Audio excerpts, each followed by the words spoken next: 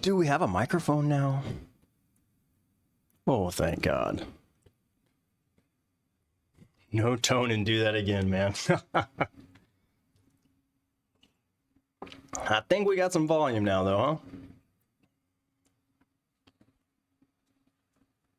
Yeah, we got to get a little post-workout pump. We got a little...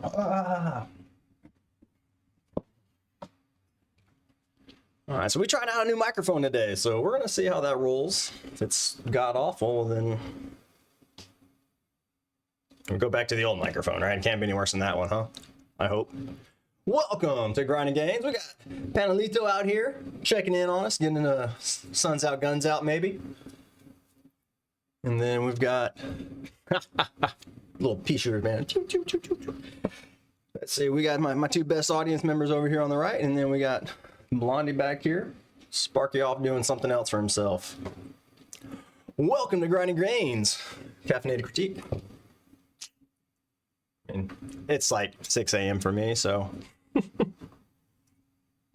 Panelito, how your games going, man? How your gun game going? Saw you working some bench press the other day. It's so weird holding a microphone in my hand like this. But I left it uncharged last night, so it didn't get charged.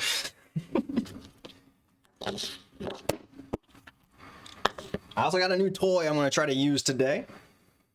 I don't know if it's going to work. Amazon be stealing money from me all the time. And so I got one of these little fancy little pads. It's so fancy it makes noise when I shake it. I don't think it's supposed to do that, but I'm hoping I can use this little thing. And then I can like move my mouse around. Oh, look at that. It's kind of working. I just got to figure out how to draw. That's going to be the next aspect. I don't know if that's going to happen today. All right, enough of this bullshittery. Let's get into today's Grinding Gains. As always, the whole kit and caboodle of this thing is... We don't need auto mod. The whole kit and caboodle of this is to help people move and feel good, right? So if you are moving and exercise and you got a little pain, a little nagginess, something that just doesn't quite feel right, maybe you got a question about an exercise and how to do it properly, or maybe you just wanted some reassurance that, you know, you're doing the right thing. That's what we're here for. That's what I'm here for on Thursdays. Tuesday nights, we try to meet Paul. He's a granddad now, so we didn't meet Tuesday. Not to give too much of his personal business out there, but Paul is recently joined the ranks of a grandfather. So we didn't meet. So Panelito says lifting is going well, but this week I had to stop because I'm sick. Being sick sucks, but you did the right call. I know it sucks having to kind of step back and away from things, but I always tell clients, right, if you didn't sleep well, like if you come to me with like 3 or 4 hours of sleep, I'm going to be like, yeah, there's the door. All right, go find yourself a place to lay down, sleep, get some rest. Glad you brought that up, Panelito, because as much as it's about form and technique, getting in the gym, eat and doing all that, if we're not sleeping, if we're not drinking water, and if we're not eating right, unfortunately, it doesn't matter how much we work out or how heavy we lift, we're not really going to progress and we're going to do a lot more damage to ourselves. Well, Panelito, I'm sorry you're not feeling well, man. Is it just some little respiratory bug or something a little more insidious for you? I gotta start drinking my coffee like this for you.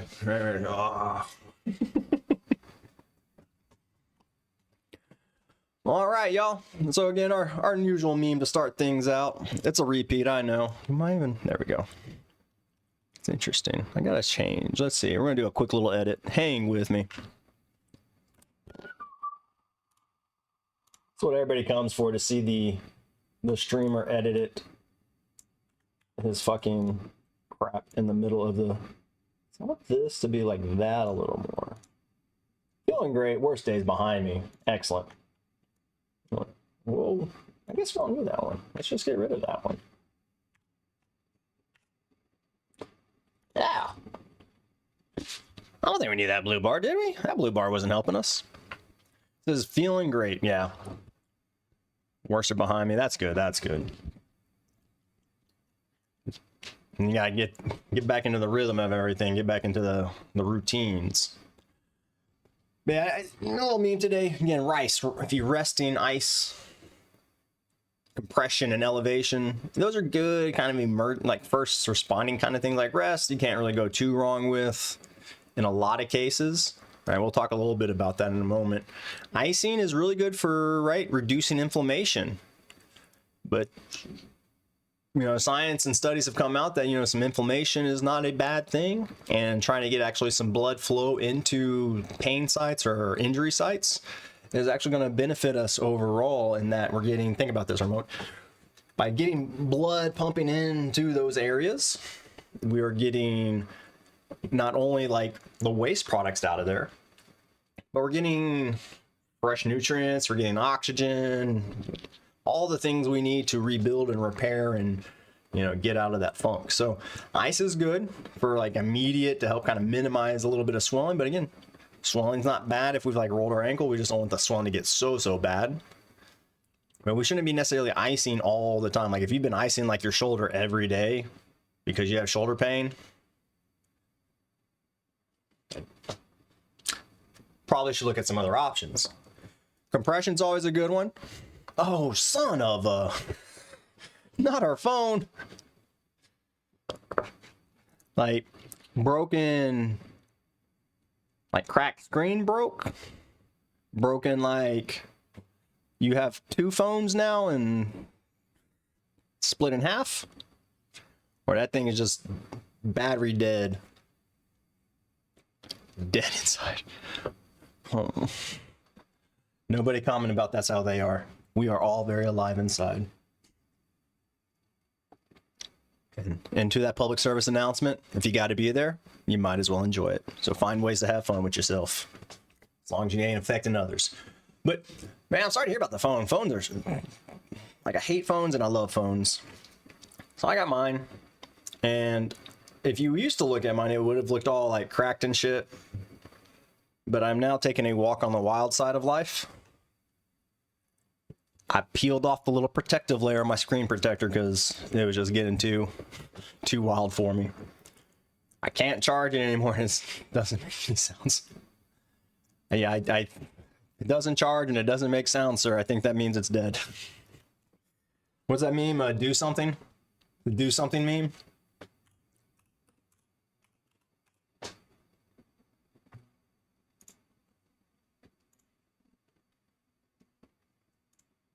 So it's where there's be a...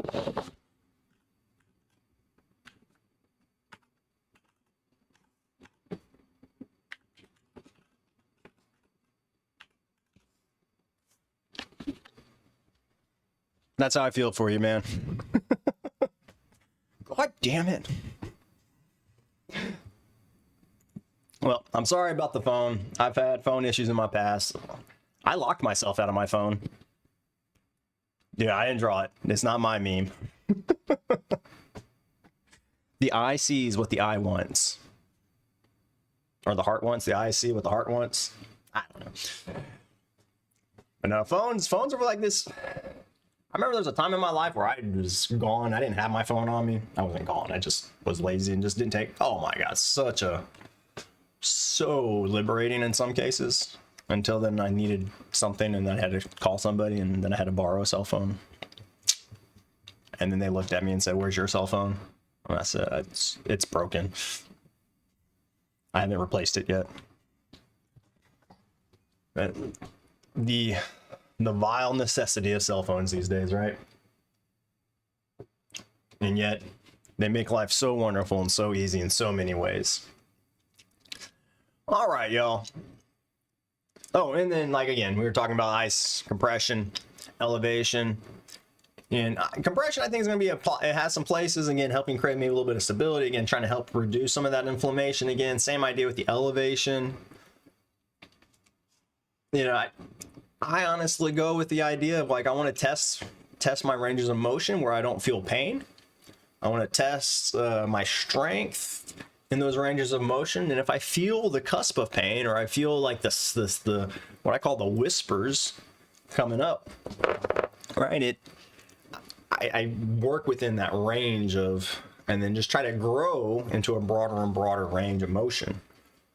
Oh, there you go, man. Yeah, that was my problem, is I lost a whole bunch of contacts because I'm such a fucking Luddite. Sometimes phone numbers get saved to the cloud. Sometimes phone numbers get saved to my Google account. Sometimes phone numbers just get saved to my phone. So yeah, I lost a whole bunch of people that time. But you seem to be a little more tech savvy than having your devices backed up. Yeah, I'm just not that good about those things. Better about the exercise stuff. And pain pills, I think everybody understands why pain pills aren't that great for you. I mean, they're good in a temporary moment. Again, I've used any type of NSAID, so talking about anti-inflammatories again. And they're good, again, I think if you're kind of back against the wall, maybe you're really safest way is pencil and paper. There you go, man. But then someone comes and, like, the wind blows it away. Actually, on my back porch, you make me think of this. Like, I'll be on my back porch taking notes or just jotting thoughts. And then maybe the paper gets torn out of the notebook and set down, and then that goddamn wind blows off. Gotta. But yes.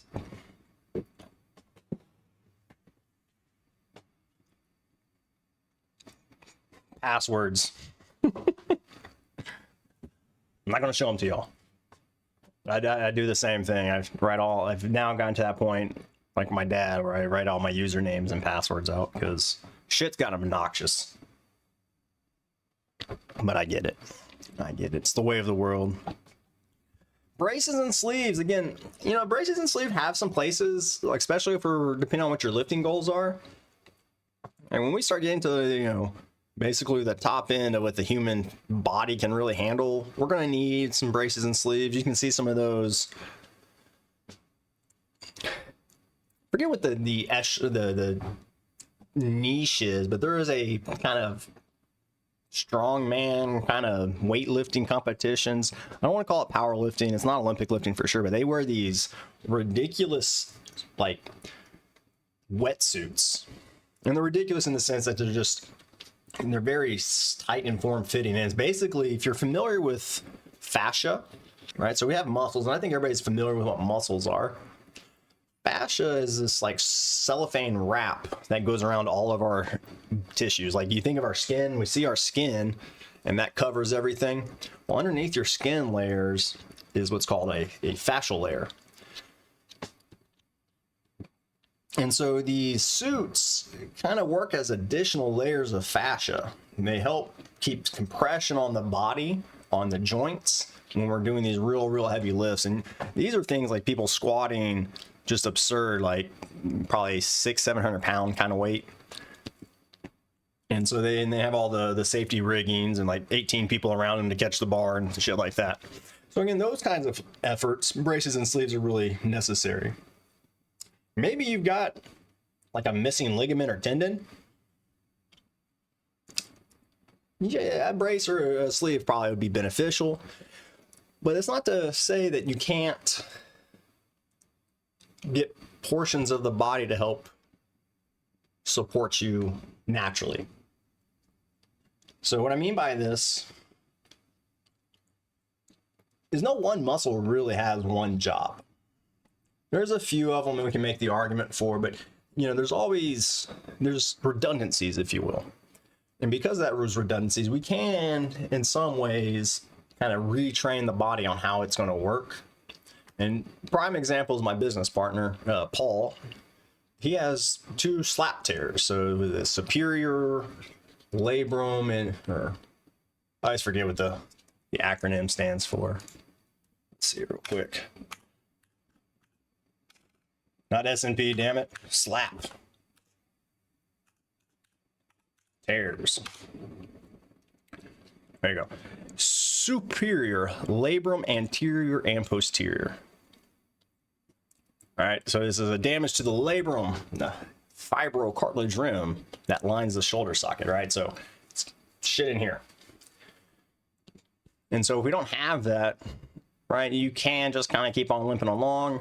But what Paul's done really well is trying to try and be mindful and making sure we don't go into the bias of not having that, building up some of the other muscles that would help in that shoulder and with that rotator cuff to create that support. So while he has damages there, you know, he's not necessarily required to have any type of sleeves or braces across his shoulders. Not that there's a whole lot we can do for our shoulders. I mean, there are some new kind of weird, they look like, I always think they look like kind of pistol braces or something, but they kind of help us with our shoulders there.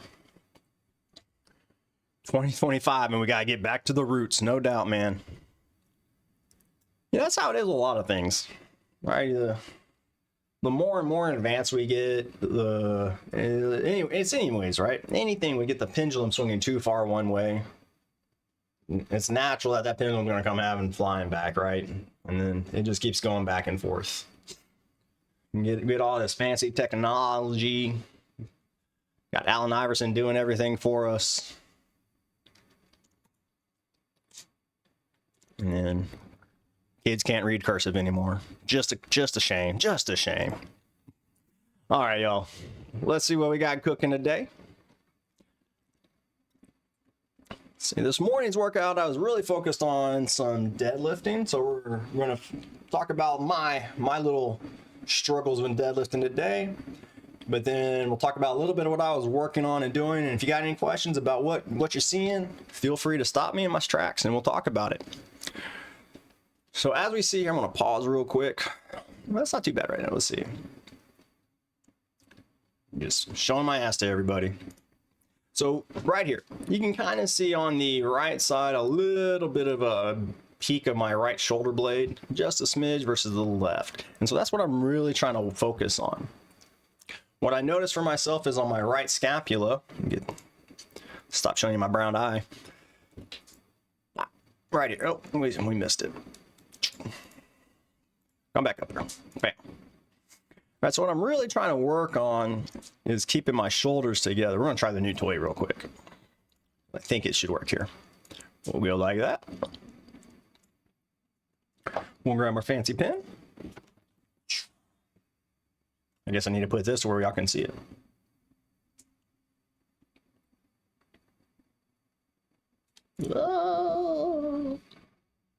Squidward. So this is going, we'll see how this goes here, y'all. Oh, look at this. So what I'm having trouble with is right through here. I gotta figure out how to undo things now. And when I say I'm having problems right through there, let's see, does this erase? Does that erase? None of those erase. Pop. Well, Google might be getting a return. No, what I'm really having in trouble is right in through here, keeping this guy flat. Now, like I've told y'all before, no pain. So a lot of times people will experience, you know, so it's a very valid point, right? I could be videotaping this from the front side. Now, and it wouldn't be bad, but I don't know. Blondie says he wants to be in the camera. But I'm really trying to focus in seeing what's going on here. And so, yes, you are right. But I can't see my shoulder blades from the other side. But yeah, so I have the slightest little wing of my scapula here from time to time. And like I was saying, no pain with it. And so I've been trying to really root this out before I try to get lifting any much heavier, especially in my deadlifts. I always go back to the sense of if you have a house or a building that's got a cracked foundation and the walls are shifting and the drywall's cracking and the windows aren't closing or the doors aren't sealing, whatever it is, you can go through the whole house, fix it all. But if you don't fix the foundation, you're going to have the same problems. Right? And that's what I always kind of tease. If we go back up to, right, that's what flex tape is for our, like, we're flex tapping our bodies. We're not fixing the underlying issues. Now, there are little fixes here and there that can help us get back to fixing our foundation. But a lot of times, right, we're band-aiding things and not actually treating the root cause. And so for me, from my experiences and how I work with clients and the pains I fucking had in my life, you know, there's enough pain in life, right? I don't need to add more to it.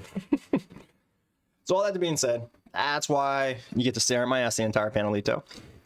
And this is what the big thing I've been focusing on.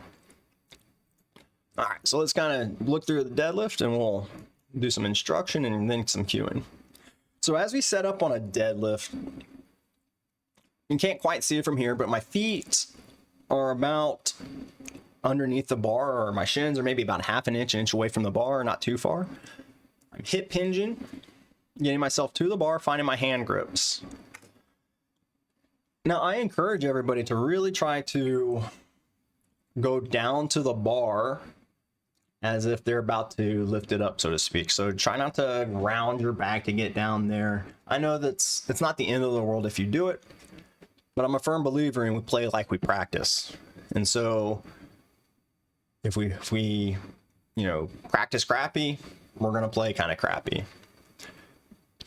But if we have this sense of just being really mechanically sound, especially when we're in the gym and we're practicing movement, keep on keeping on, because all that's just building more reps in the good movement patterns.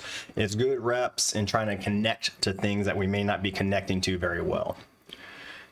So once we get into this position, again, you don't quite have it from the lateral view, which would be good to help kind of see some things. But again, some of the things that I'm interested for my own well-being, and we can kind of see it here in the setup, right? If I was a table, everything would be sliding off to the left. I can, but I have to go digging. If it's not too much of a trouble for you, could you upload it to the Reddit? If you're open to that, man, I can definitely get to it today. Otherwise, I'm going to have to give me a minute. But I actually will. But yeah, so what I'm looking at here, right, is this, like, again, I'm seeing this slight tilt to my body. And again, part of this is still in the setup, so it could be a little, let's say, premature, but it's still something to kind of take note. So anyways, back into a setup. And so we're, again, find our feet placement, about hips width apart or so, right? And then we get hinged, bending at the knees. So this deadlift, for one,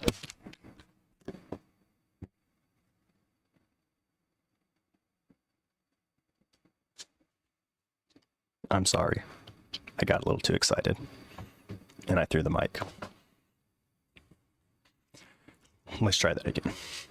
So as we're setting up for a deadlift, we're getting our feet placement underneath our hips as best we can. And then we're gonna find our grip. And again, our grips should be outside of the legs. Yeah, I know. It's a shame. So again, my microphone today, we're trying this Rode mic. I was informed that the old mic was kind of annoying because when I would move over here, y'all couldn't hear me anymore. And so we're gonna try this, but I didn't charge it last night. I forgot to charge it, and so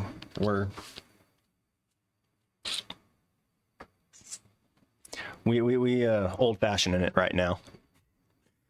Maybe in about another 5 minutes or so, we'll disconnect. In any case, so we're gonna get our hand placement just, again, outside of the arm, outside of the shoulder or hips. Feel free to play a little bit with your grip variation, so to speak, depending on what you're working. If you're brand new to deadlifting, though, again, keep everything nice and tight, everything really close in. You'll hear me say this often. What is a strong muscle? It's a short muscle. And what's a weak muscle? It's a long muscle. All right, and so keeping everything real close and tight is just going to be where we're going to be the strongest. It's the cord. I would, but it's plugged in right now. And so if I plugged it in, I'd have to hang here. I can't.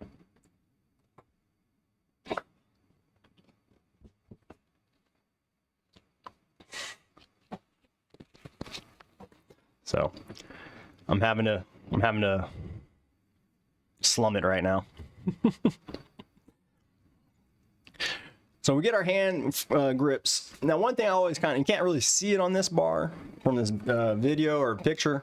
They have these little rough patches on all the bars. Are called it's called knurling. And so what you see me doing right here with my thumbs. Hey, don't be talking about my cable now. It's the cable I have, and I'm making the best of it. It's not about how long it is, it's about how you use it. Still flows the same amount of electrons. So we're using my give me my pen back. Good. So I'm using my thumbs right here to just give me a little bit of consistency, right, and helping me find my hand placement. Mine is 3 meters long. Well, I don't know what mine is in meters, but in freedom units, it's long enough.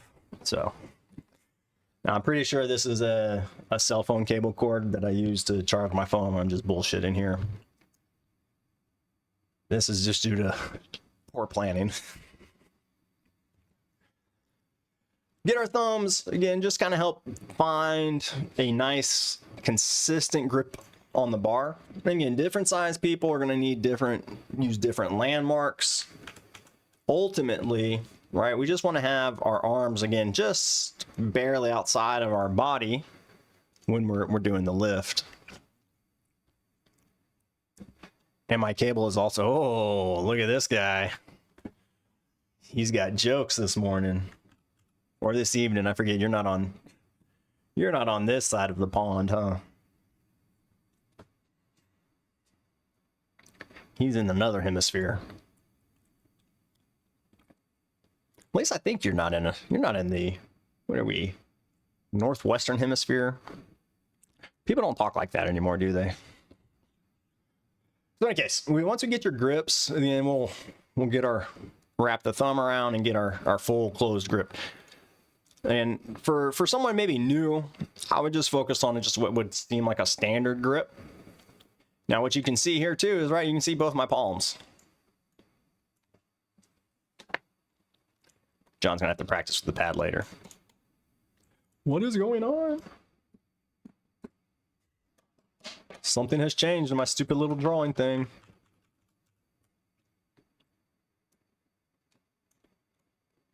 Uh-oh. What do? Do I have to use my drawing pad now?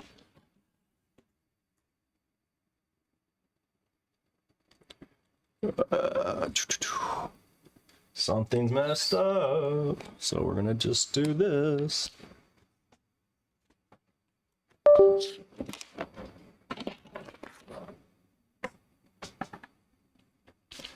All right, was it the hardware or is it the software?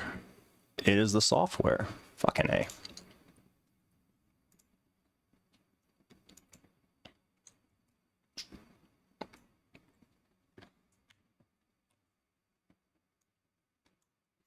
All right, there we go.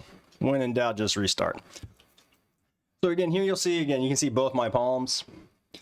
Very commonly, especially for newer deadlifters, right, we'll instantly go into a overhand, underhand grip. Nothing wrong with it. It's kind of the classic variation.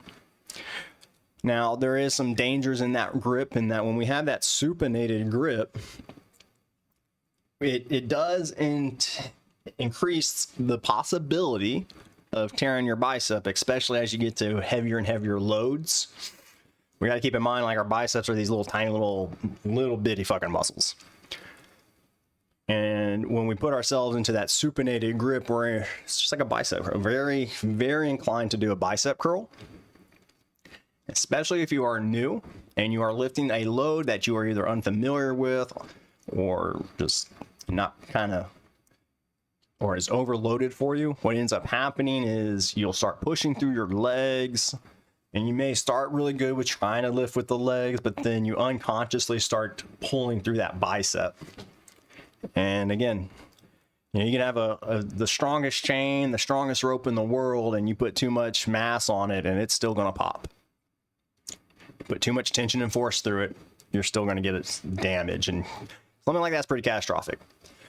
So that's one reason why I prefer to go pronated, or palms facing back to me. And the other side of this is just symmetry. You know, if the bicep tear thing really wasn't such an issue, I would probably deadlift supinated. But again, that really does present a lot of risk, and then the weakest link in the chain is really going to be the hands and the shoulders more so. It'd probably be a fun variation from time to time. And the last thing, and the last reason why I like using the double pronated grip, or the palms facing back grip, is there are other maneuvers for the barbell, such as a power clean, or a front rack squat, or an overhead press, or a snatch. All of those are going to require that pronated grip. And if we don't have that, or if we don't have the skills or the comfort levels, right, it makes those other efforts just a little more awkward, a little strange for us. So, very long-winded way, going back again, why I pronated him. Now, again, getting into the nuts or the weeds about it. Again, you can go just a standard grip, like you're just making a fist. Now, if you're getting a little bit more fancy about it, if you will, or just trying to build into more of a powerlifting or ollie lifting type maneuvers, working on a hook grip, right, where you're basically, where's the camera? You're reaching your thumb around the bar first, and then you reach over and grab your fingers. Fucker sucks. I hate hook grip. God, do I hate hook grip. I need to practice it more. But it creates a much more stable, much more locked position in the hand. And needless to say, it a lot of discomfort in the hand. You're basically jamming your thumb into the bar, and the entire bar is sitting on your thumb while you squeeze your hand. But it does really good if you can to start working. If you're doing, again, Olympic lifts, if you're trying to do some power lifting, right, having that hook grip is a real big benefit into moving through. The pronated grip or the hook grip? Hook grip is a bitch. Like, don't get me wrong. Like that is one of those. Hook grip, I don't think people need to do. I feel hook grip is, again, if you want to go down that avenue of lifting, of, again, like power cleans, or you want to do ollie lifts like snatch and jerks or whatever, the hook grip is going to be what you got to use, or should use. But again, if you're just deadlifting, if you're just kind of doing bodybuilding routines, let it go. You know, I don't use straps. Again, I have this perverse thought of, like, if I can't pick it up with my hand, if I can't hold on to it, I don't have any business picking it up. Now, depending on, again, what your goals are and what you're working for, this is where straps can be really beneficial. Or again, maybe for you, again, you have an adaptation requirement, not an adaptation, but and you have an adaptive need, right? Something like that can be a real benefit. I worked with a client, he had a broken wrist or a broken thumb for some time. We didn't deadlift, but I still wanted to do rows with him. And so we just took a row handle and just kind of like had him slip his hand through, and it just kind of braced it gently on the back of his forearm to where it wasn't actually engaging with his wrist muscles, right? So there are places and times where we can, avoid having to use our hands. But I try to, again, if I'm going to be picking something up off the ground, I'm going to be using my hands probably to pick it up, right? So getting back to our form and our technique, right? Once we get our grips on here, the classic phrasing or cueing is to take the slack out of the bar, right? And if we think about our weights here on the end, right, there's that barbell. Can we feel it? Oh, maybe not. Got to do it this way. Phil. Come on, Phil. Oh, so many. There we are. So many features. Then we're going outline for this next one. No fill, just an outline. Will it work? Yeah. It's a little big, but you know, that's what she said. Can we make it a different color? That's a little tough to see, huh? Blue. There we go. So taking the slack out of the bar. All right, so we see the blue circle here. Think of this as just your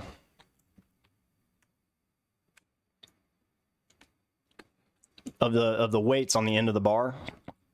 And then the red thing is the bar. And so I've intentionally left this gap here. This little gap here.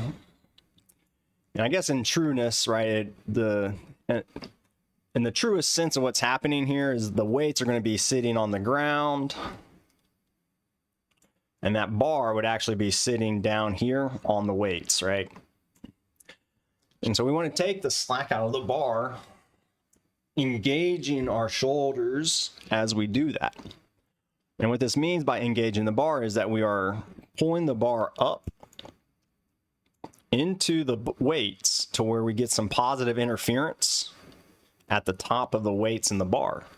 Basically, we're just pulling that bar up. So if you ever had a bicycle, right? You have a bicycle, you can just be pedaling, but then you have that kind of little backlash where you can kind of wiggle the pedals back and forth, and it doesn't really make the bike go forwards, and doesn't, you know, you just feel the little chain moving on the teeth of the gears, or the chain moving on the teeth of the gears. Same kind of phenomenon here, right? The bar can get lifted just like a little millimeter or two. Very important to make sure we get that cleared up. If you've ever, like, it's like a cartoon image in my mind, but like someone's just running really fast, and then someone like grabs them, and then their shirt is just stretch, and the shirt finally gets too stretched and they like snapped back, kind of a thing. Not quite the right phenomenon that's happening here, but what's ending up happening is we try to lift up, especially on heavier loads, right? That bar is going to move really fast for that first millisecond, and then as our body is really not as tense as it needs to be, right? We hit the mass of the weights that are sitting on the floor, and then it's just like and we get almost like a little whiplash effect. And you'll see this in people deadlifting, is they'll have a big shift in their form or what have you. So we always want to make sure that we have this positive engagement. The other cool thing about this, I feel, is it then allows us to then get our glutes and our legs involved.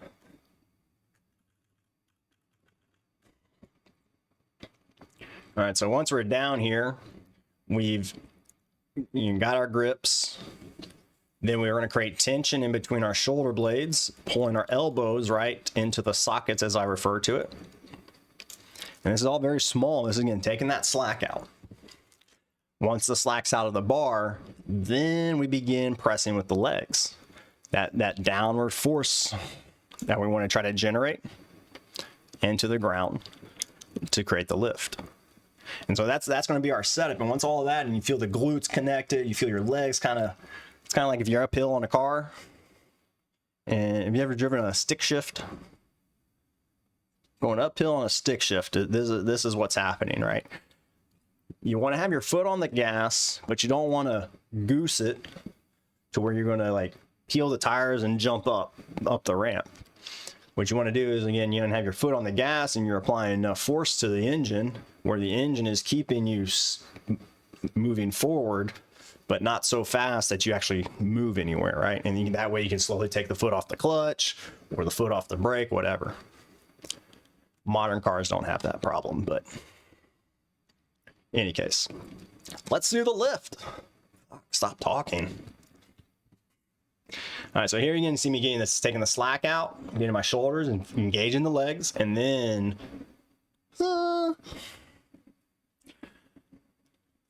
now on deadlifts, right, we want to inhale on the way down, exhale as we lift up.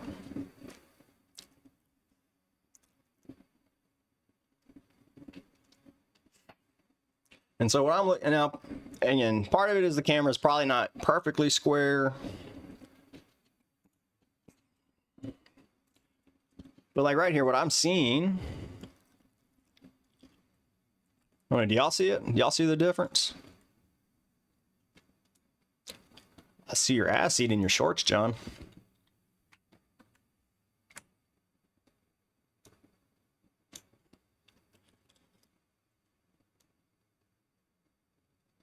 This spacing versus this spacing. All right. Or maybe even this angle versus that angle. That's interesting. All right, and the other kind of thing I'm kind of looking at is maybe, right?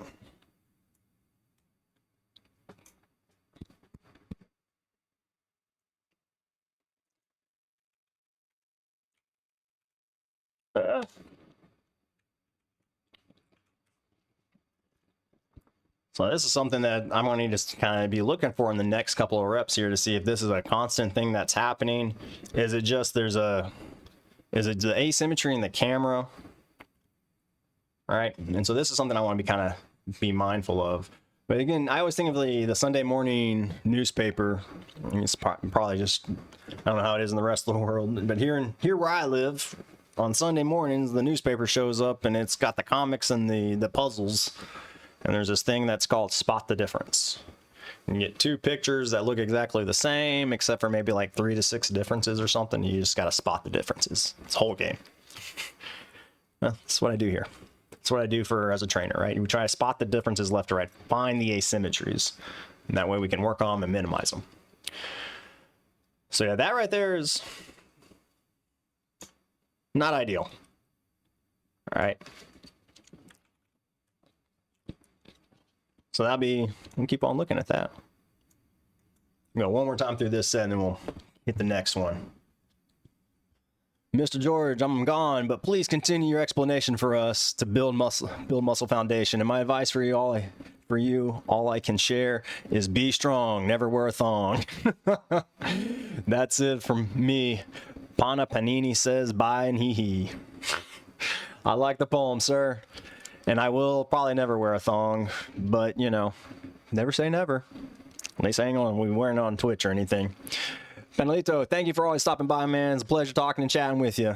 And if you get a chance and you upload it on here, excellent. If not, I'll try to find you on a stream later, or I'll try to find your clip later today if I get a moment and try to upload it. Be easy, my man.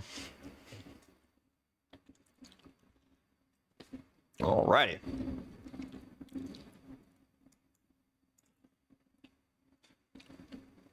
Oh, I think I did this backwards. Oh well. So we're going to skip that one, and we're going to come to this one. Actually, I'm even wronger. I got these all backwards in my phone. Well, this was actually my second attempt. And so what you're seeing me here kind of play with is just trying to, because I wasn't necessarily looking at my camera, I was just trying to do my lifts and whatnot. I didn't quite see that deviation or what have you. So here what I'm playing with a little bit is just trying to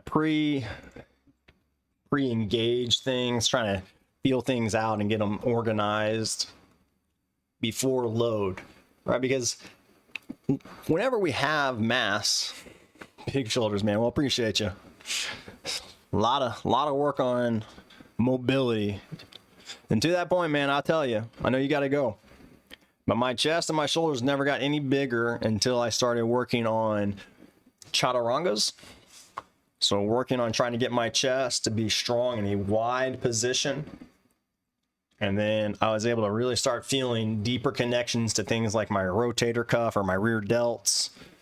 And then starting really to build shoulders when I wanted to work my shoulders versus a lot of times people might get their traps involved or they might get their chest involved more so. So thank you for the compliment. I guess you are a sleeper build, huh? Did you have an iPod ever? Bowser Big Bean Burrito, what is going on? He's talking, or she. We got words from Bowser?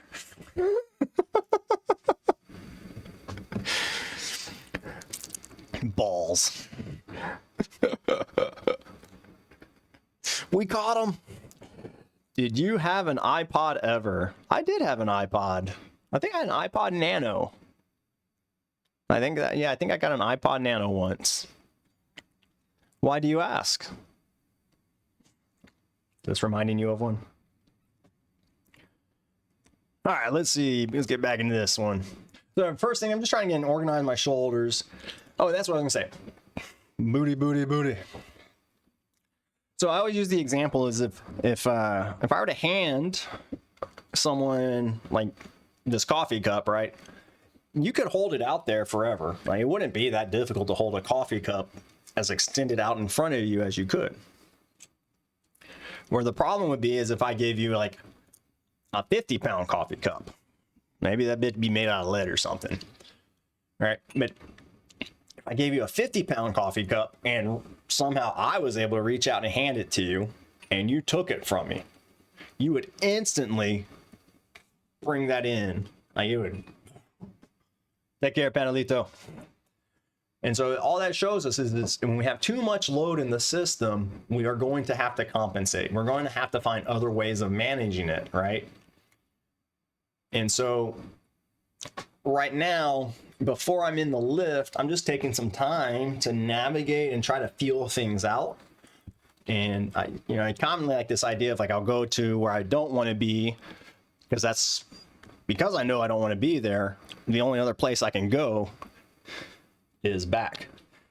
Do I have an Irish brother? Possibly. Well, like, technically probably no. I have 4 half brothers. We're from the same mama, and her great grandfather was from Ireland, Cork, Ireland at that. But I don't think I have any Irish brothers. Fun side note, since you brought up Irish, according to my father-in-law, I am not white. I'll let y'all chew on that one for a second.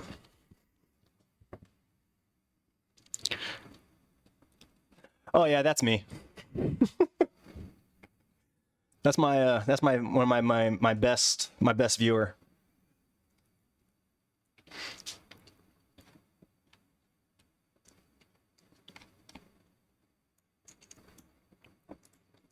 Gotta have at least one consistent viewer now. So again, just taking time to get my shoulders organized, and then trying to get to the bar with kind of connecting with everything. So that's kind of this little dance I'm doing up here, and just trying to feel out my shoulders. And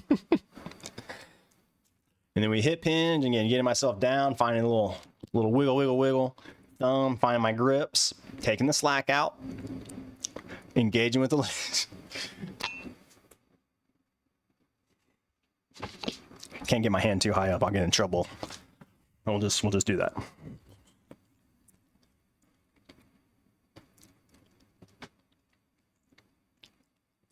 And so I think next time I do deadlifts, I really want to get a lateral view. I want to see a little bit where the bar is traveling and how the bar is traveling laterally. And so one of the things I was starting to kind of notice and feel is like I may be kind of rotated or twisting. And I guess I turned the sound off on this one, or maybe it's just muted. Let me see. The gym typically plays just some wonderful music.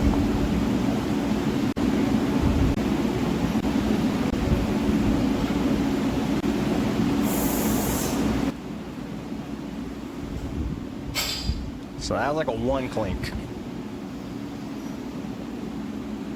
That one we couldn't hear. See, that one looked like it may have bounced. 2, 1-ish.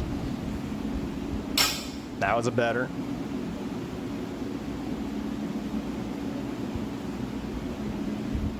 And even then you can kind of see how that bar was kind of staircasing down. And so again, as I'm feeling this in the lift, right, I'm noticing one side of the bar is hitting the ground sooner, right? And why would that happen? My arms are not at different lengths, as much as I complained about my broken left elbow. I mean, it may have a little bit to do it, but again, going back into what we see, that idea of spot the difference is even here at the bottom, right? We can kind of see this slope of both my shoulders and even my hips a little bit kind of to the left, right? If we were to put a little tennis ball or something on my back, right? Ah! No outline. All right, we had this little tennis ball back here. All right, that tennis ball is going to end up rolling to the left. And so that's the thing I'm fucking with. And all of this stuff I've been talking about with my shoulder that I'm worried about and concerned about, this little winging of my left or my right scapula, I feel all of this is connected. Right, and so because this isn't sitting well, for whatever the culprit may be, I feel what's happening is it's pulling my chest towards my right knee, right? And so I'm getting this slight rotation of myself to my right side. And so after I kind of noticed that, and this is one of the things I don't think people do in the gym, but they should take these little moments. I get it, we only got an hour in the gym. Maybe you got half hour, and you feel like you got to get something done. But taking the time to identify this stuff. Okay, we don't need any more sound. That was enough of that. But taking a moment, this was 18 seconds, right? Okay, this is a minute, sorry. All right, so what I'm doing here is I've got this hypothesis from my lift. And so I'm using my hands right now. My index finger and my middle finger, right, and my ring finger, they're reaching for my, what is it? I always forget the fancy term for it. My iliac crest, my anterior iliac crest, your hip bones there on the front. All right, just looking for a bony landmark or something to help me establish consistency, right? And then I'm taking my thumbs and I'm reaching up for like my floating ribs. Or again, even you know how big your hands are, right? You can do your false ribs, you can do your floating ribs, but just again, finding some uniform landmarks to now create a tactile feedback system. How many senses do we have? All right, we have 5 sensories. We can taste things, we can smell things, we can hear things, you can see things, and then we can feel tactile. Our body feels things all the fucking time, right? And we feel ourselves hip hinging, we feel ourselves moving. But that feeling could be a little bit of a lie in some cases. A fancy term is proprioception, how our body feels and senses itself in space. And so a lot of times we'll have little compensation movements, but yet we still feel we're moving properly. And so here I'm using kind of an external, if you will. I mean, it's my hands, but it's external of my midsection, right? So that way I can kind of sense little differences left to right, because the gray matter between my ears may not be telling me the truth. And so getting my hands involved, as well as you'll see here, I'm going to use my vision as well to kind of see how much I rotate one way or another, right? All these things will help build up more awareness, but also helps us just figure out what the problem is. So I'm hip hinging here. And I think the first thing I noticed was this right hand felt like it was pinched first in between my hips. And so I'm now trying to just get a rotation feel. I'm going to pause, so I want to compare this later. All right, so hip hinged, right? We got our feet, and then we're trying to get this little bit of rotation. All right, relative to, again, trying to keep my spine in between my hips. and just creating a little bit of rotation through the spine. Now, you can see here, this shoulder wants to kind of maybe contribute a little bit more by collapsing. And so just trying to be a little bit mindful of those things. But right now I'm just trying to get sensing, you know, what is it that my vision, what am I looking at? All right. How does that look? You know, what am I noticing about the rest of my body here as far as like when I'm turning my shoulders, you know, just what is my peripheries and things of that nature. So we'll have that one there. Or we'll keep it over here for now. And then I'm even kind of using this arm maybe to help me kind of see where my chest is pointing to. I mean, you can even see my head was a little overturned trying to maybe get more. And now we're going to come the other way. All right. I don't know about y'all, but I feel like it's less rotation here.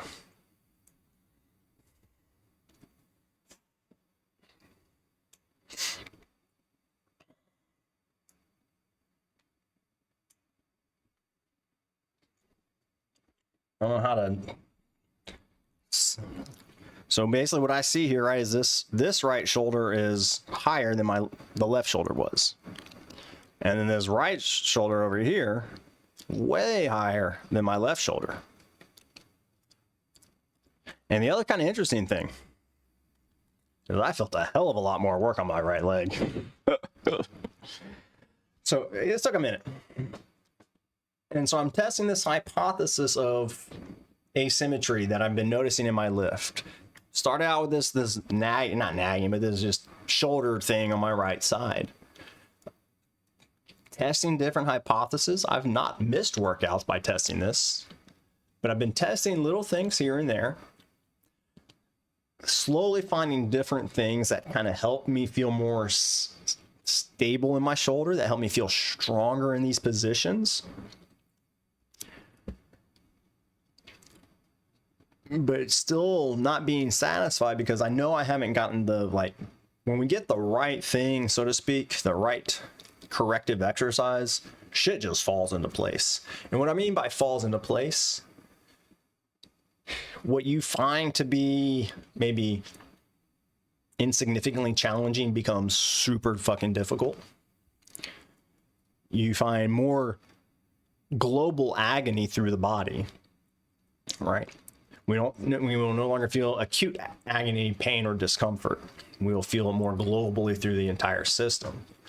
So comparing these pictures left to right, right? This one on the right side, I really didn't feel much of anything working. Or right side, this left side picture, I really didn't feel a whole lot of, like, I felt myself rotating and I could feel the rotation, but it wasn't really anything to it. This one here, the second one, oh my God. Like, that was, like, I felt work trying to get there. And so this is, again, indication that this is part of the medicine. This is part of the fix. This is part of what I need to be kind of working on to help fix this shoulder and just help myself feel and be more asymmetrical. Okay, Jonathan, great. What the fuck do I do with that? Just be a fitness nerd like you and do weird exercises on the floor? Nah. So I mislabeled these. So this is actually my last set right here for deadlifting this morning. And that camera is so fucking crooked. Holy shit, I'm sorry. Like, I feel like I gotta tilt my monitor. If you're watching on your phone, just tilt your phone so the brick walls don't make you feel like you're seasick or something. Ooh, okay. So what I'm doing now, so I just did my little test. If we're looking at a timeline, if you wanted a timeline, this is, you know, however long it took me to stand back up from that rotation, turn my phone on, off and on, set up the recording again and get back over to the deadlift platform. We're talking like maybe 30 seconds. And now I'm only going to rotate to the side I was having issues. And it's really, again, you see me trying to lift the arm. It's not about lifting that arm. All right, it's just trying to create that rotation. Yeah, it's making sure I keep my spine equidistant. A couple of thoughts here. So again, it could be a little camera angle. Again, the camera angle is not great, just as far as we can tell, like the parallel lines in the fucking room. So we'll have to take that into account. But as I'm creating this rotation, I'm feeling like my hips might even be trying to push and rotate over. Again, I don't know that my spine looks like it's going right down where the good Lord split me. All right, we always want to try to keep any type of twist rotations, really trying to keep your spine in that neutral or in a straight position in between. What up, Naj? How we doing this morning? But we're really trying to keep our spine in between the hips. All right, we don't want to be bending the spine as we create some of these rotations. How you doing this morning, Naj? What you working on? We're trying to fix my deadlift right now. And if let's see how we're doing on time, because I got to go to the dentist today. Plenty of time, plenty of time. And we're going to try and maybe find Panelito and give him a little review as well.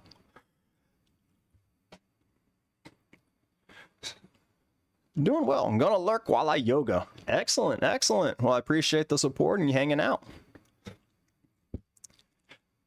So even for yoga, if you're doing any type of twists, keep that spine in between your hips. So I was showing again, I am having a good day and nothing but good news at a dentist. Yeah, it should just be a cleaning. I hope so. I have a great dentist. And I got a great dental hygienist I go see. But she's too friendly. I'll be in there for what I feel should be a 15-20 minute like cleaning, and I'll be there for an hour. But she is very nice, and they do an excellent job there. And it doesn't cost me anything out of pocket, so that's always nice. All right, so back to the deadlifts and not my teeth. So I was showing first in this little demoing, right? Just trying to test. And this was all of 60 seconds. And the actual timing that I'm in each twist is maybe about, no more than 10, I would say, right? Just really doing some assessments, a little feeling out. Just enough to kind of get a sense. Oh, some dog ass there.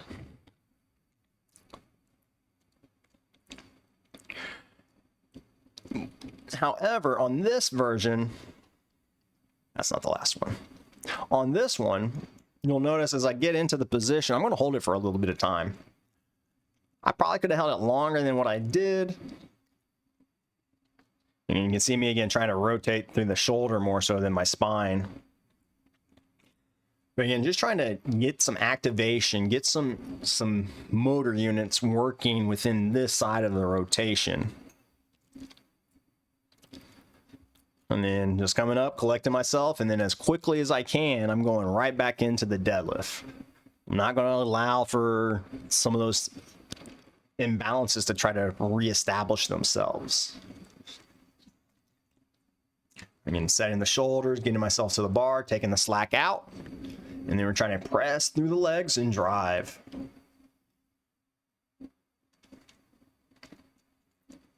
Oh, let me get that out of the way for y'all.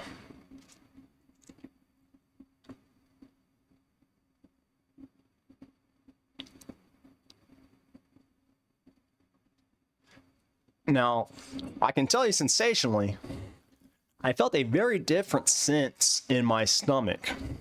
I actually felt a lot of weird kind of length between my abs and my hips. It was very exhausting. And that's what I mean. When we hit the right corrective exercises, things just hit differently. And it's not a bad different. It's like, oh, I didn't know that existed kind of a thing. And so I didn't get quite as, I think I maybe got 6 or 7 reps on this one, which is fine.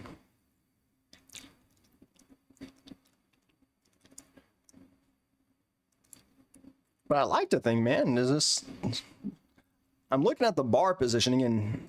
Granted, again, last time we were talking about the bar maybe shifting or twisting. Could have been an angle of the camera.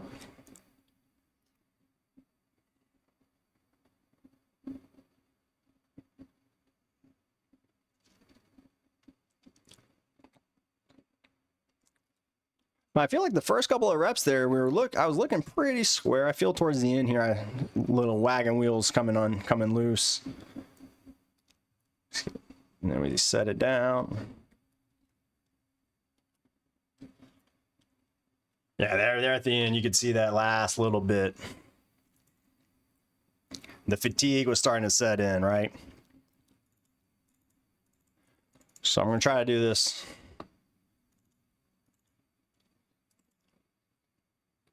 Yeah, right there, right. As much as I want to like use the camera to complain about shit,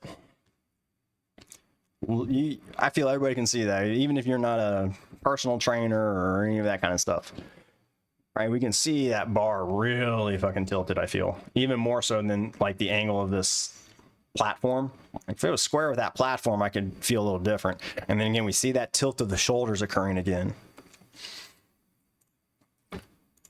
And so what this is showing, or what this highlights, right, is we probably had 4 or 5 really good reps.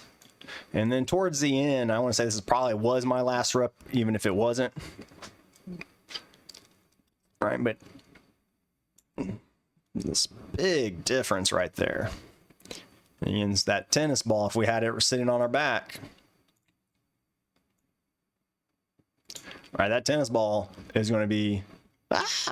we don't need 2 tennis balls. You just need the one. But we can see that tennis ball would want to roll towards the left. And so you'll see here is like... And I shut down, or I finished my lift there. But it's promising to me. Like, let's double check that I'm not just, blowing myself. And we get a good setup, pulling into the shoulders, finding our grip. I'm gonna try to pause after the first. And hip hinge, bam. So even here, like, I feel we look a lot squarer than we did on that last rep. Well, if we watch this bar really is moving quite evenly. But you can see there a little bit it starting to feel the wagon wheel get wobbly.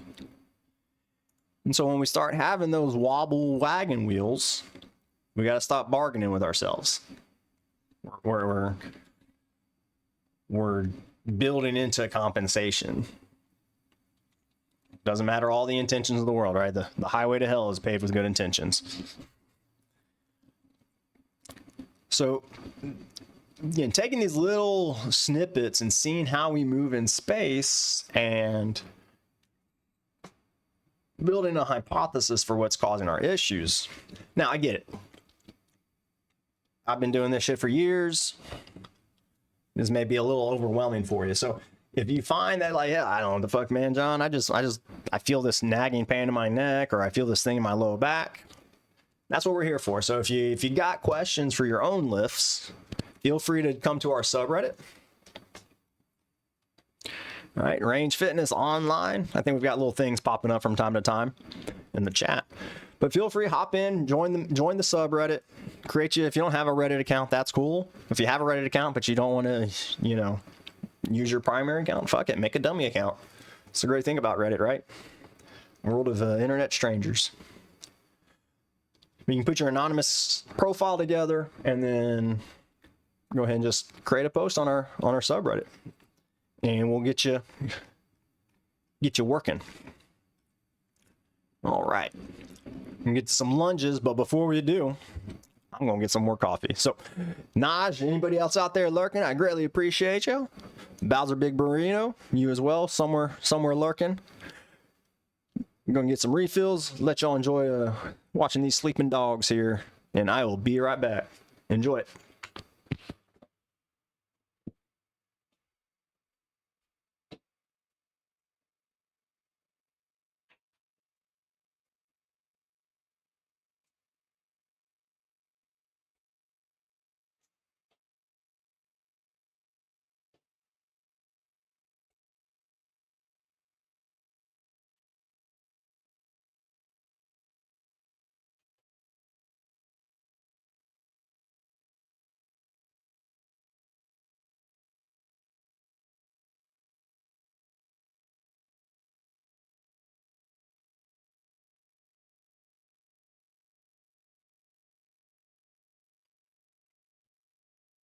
Oh no.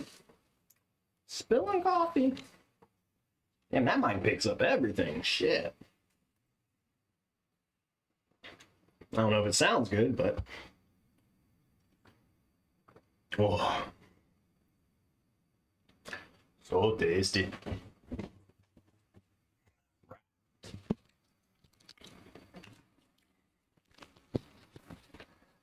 All right, we're gonna try this microphone clip to my chest. Ugh. If it sounds worse than it did before, feel free to let me know. Trying some things out. Oh shit, I didn't change anything in the fucking description. Oh well. It is what it is.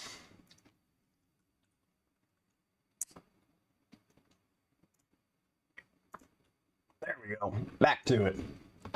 We are back in the saddle again. Oh, we do have. Let's do our PSA. We'll do a quick PSA. So I know this is like me being your daddy, being mom and dad about something. When we're at the gym, then there are countless opportunities for practicing good movement. There are the workouts within the workout. I didn't coin it. I refer to it though. And so we always pay really close attention to the exercise, the movement. Like my workout sheet said deadlifts, and that's what we focus on, is the deadlifting. But I encourage you to start looking for the workout within the workout. So that way you're building on the positive movement patterns you've just trained. And so in this next clip, right, I'm showing you how I take weights off. You know, you just did it because, you know, and then you're recording it for, you got something to show on Twitch. Fair, you got me. Like, I don't do a lot of recording for shit. But I think this is one of those insidious places where we can either do a lot to build ourselves up and keep that forward momentum from the workout, or we can allow it to be a great moment for injury to creep in. So for me, again, was this the heaviest I could lift? No, it's the heaviest I can lift with not my shoulder just completely winging and doing weirdness, right? But when you get to these places where we start getting heavier and heavier, or even if you did something lightweight with high reps, you're going to be fatigued, you're going to be tired, and it's easy to kind of go into compensation modes in which we will unintentionally bias ourselves in overly shortened positions. And then when we try to get out of them, we may get, that's how we get little pulls or strains or tweaks. So here, again, taking the collar off already, and you see I'm hip hinging. I hip hinge, try to get the collar off. You know, bend your spine, whatever. Again, it's good to have spine flexion and extension. There's no real weight going on in the body here, right? And here, as I actually am approaching the weight, I'm treating this just like a deadlift in a lot of senses, right? I'm hip hinged, and then I'm just trying to slide that sucker off. Now it's stuck, you know, because I'm recording, it's got to be embarrassing. Now you don't get to see it fully, but when I do put this plate on the rack, right, I try to get a good squat. And it's almost like a goblet squat in that because I got this plate in front of me, it actually does a really good job to help offset the counterbalance that is required for our body to squat. And so this gives me a really good chance to get like a good deep hip flexion, some good knee flexion, even driving my knees over my ankles and getting some ankle flexion. And just little moments like that are just really great opportunities to still work yourself. Now, let's say I have the little 5 or 10 pound weights and it's like, whatever. Again, you can still take that time to think about your shoulders being engaged. And then, you know, as you maybe put it up on the higher peg, again, you can think of it like almost like a little shoulder warm up or a little shoulder workout. Just little ways to play the game. If you don't do it, that's not the end of the world. However, I would say like on 25 pound plates up to 45 pound plates, try to play that game with yourself as often as you can. You'll get just a little bit of extra stimulus. You'll get a little bit extra focus on the technique you're working. All right, dumbbell lunges.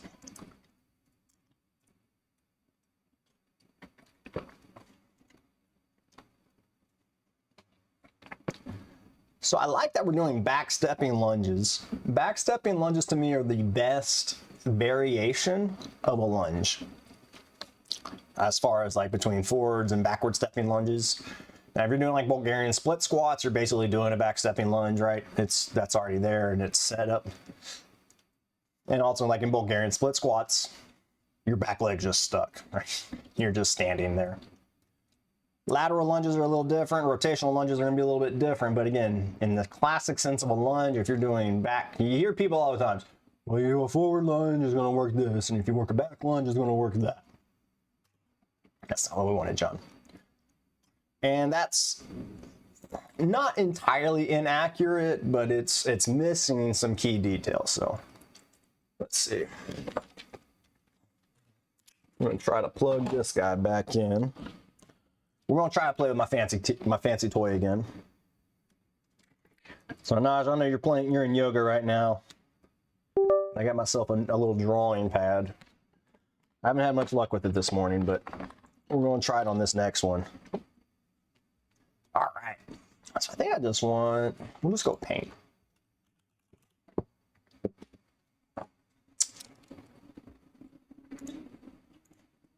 But I feel like I've gotten pretty decent using the mouse. But we'll do it like this. Like this.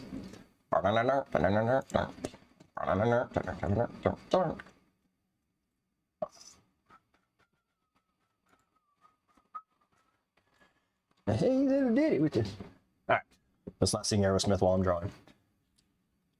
So a lunge. Oh man, that is so cool. Should do it like this so y'all see it. Proof that I'm using the little pad. It's not just the mouse. All right, let's see if I can't. Where's the mouse? Not showing up in here. I guess the mouse doesn't show. All right, that's too big. That's what she said. Phrasing, John, phrasing. Come on. There's children in here. See, is that better? Ah! I don't want you to. You know, the problem is, John, is we're going to go file and we're going to do new. Don't save that trash. Thank you.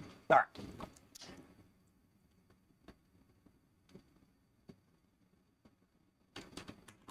I don't know why the curse, there it is. Okay. All right.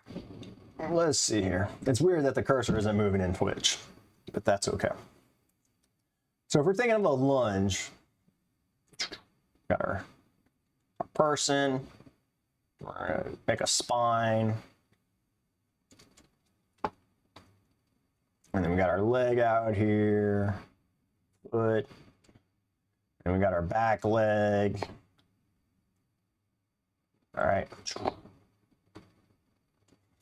It's not the best drawing, but it's kind of fun.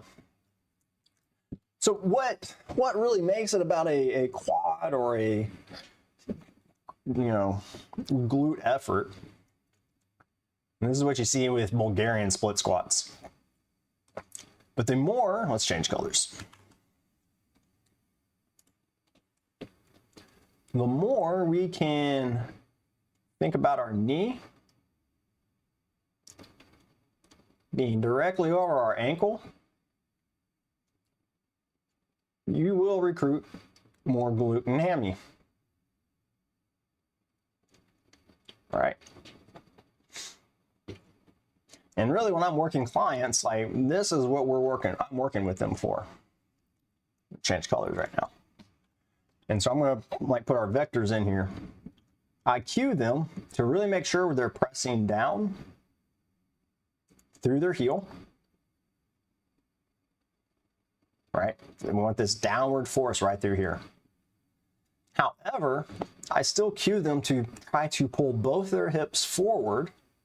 Right, so the hips, we're trying to pull our entire body complex unit system. Can we make this more of an arrow and not so phallic? Thank you, John. All right, we're trying to pull both hips forward through this glute and hamstring complex. right? Which would be like this sense of maybe pulling the heel back towards you somewhat. But the big drive is going to be pressing down. God, that arrow is terrible right there. Down through there. Well, what about the back leg? So we can play games with the back leg too, right?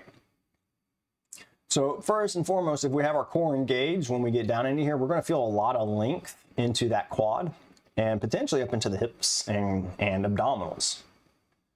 All right.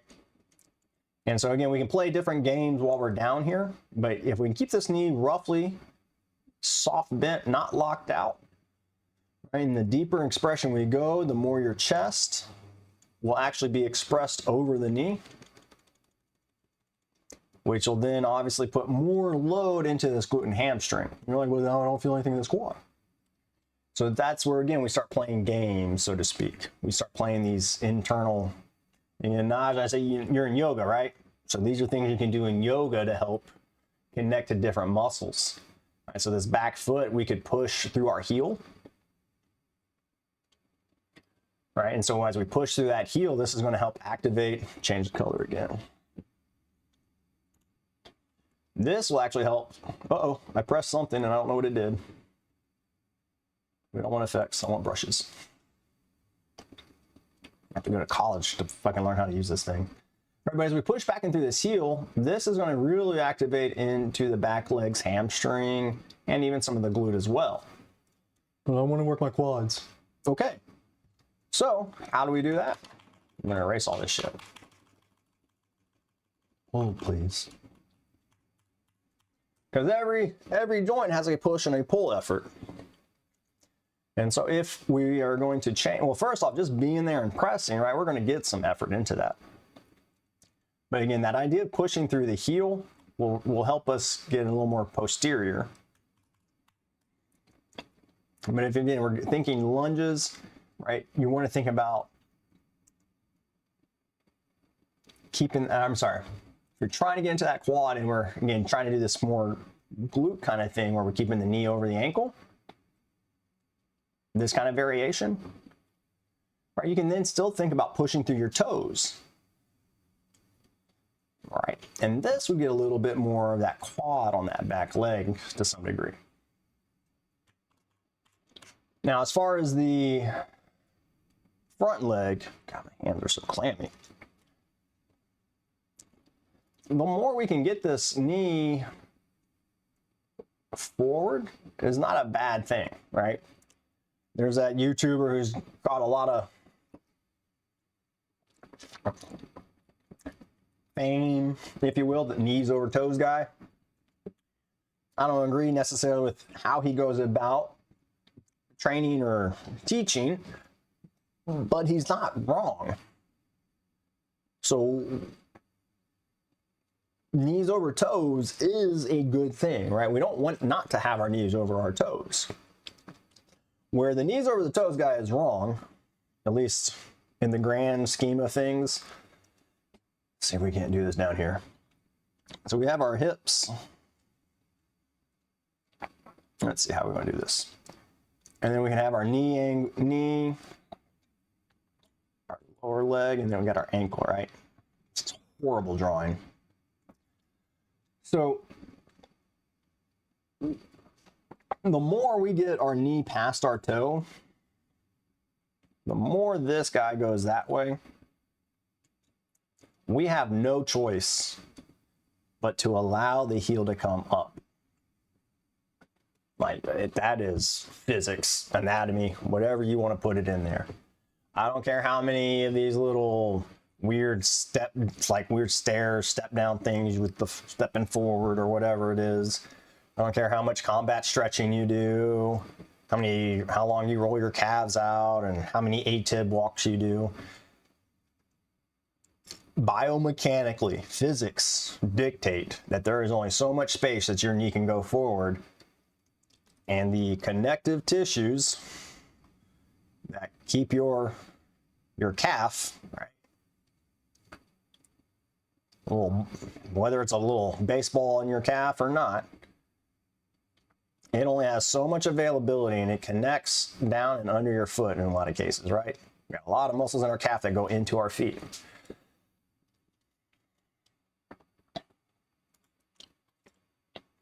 Or at least your calf muscles, and the simple sense, right, connect underneath the heel. So if this line is like at maximum length, let's say, but we're still pushing this way, something's got to give, and that's going to be the heel coming up. So knees over toes, all this to be said, God, I did that thing again. Knees over toes is not wrong, but again, we just have to keep in mind that as this knee gets more and more over the toe,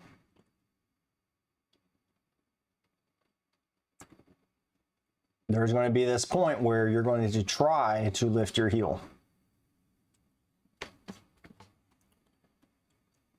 And I don't care what variation of squatting or deadlifting you're doing or lunging you're doing. If your heels are coming up, you're not doing it right. I say I don't care what variation. All right, you might be doing some, like the jiu-jitsu gym I attend, they do these things called Hindu squats, and it's like a toe-based squat. I don't know why they're Hindu squats. It's probably the same reason why it's called a Romanian deadlift or something. Actually, it's probably not the same reason, but we'll just we won't go down that. Let's not explore that. In any case, stupid button. Now, as you do this, because the knee's going forward, you're going to be recruiting more of this quad potentially, especially as you stand up, right? And what we can see here between the kind of dark blue black drawing here, and we'll make it even more, let's call it accurate. All right, the body would be like somewhere up here a little bit more. Our head would be somewhere like there. And again, the way I would be coaching is that back thigh. Let's see, we'll give our hips. Back thigh, again, I'm always going to be coaching to have that in line with your spine. And then we got our rodeo, our knee, and then our ankle and foot.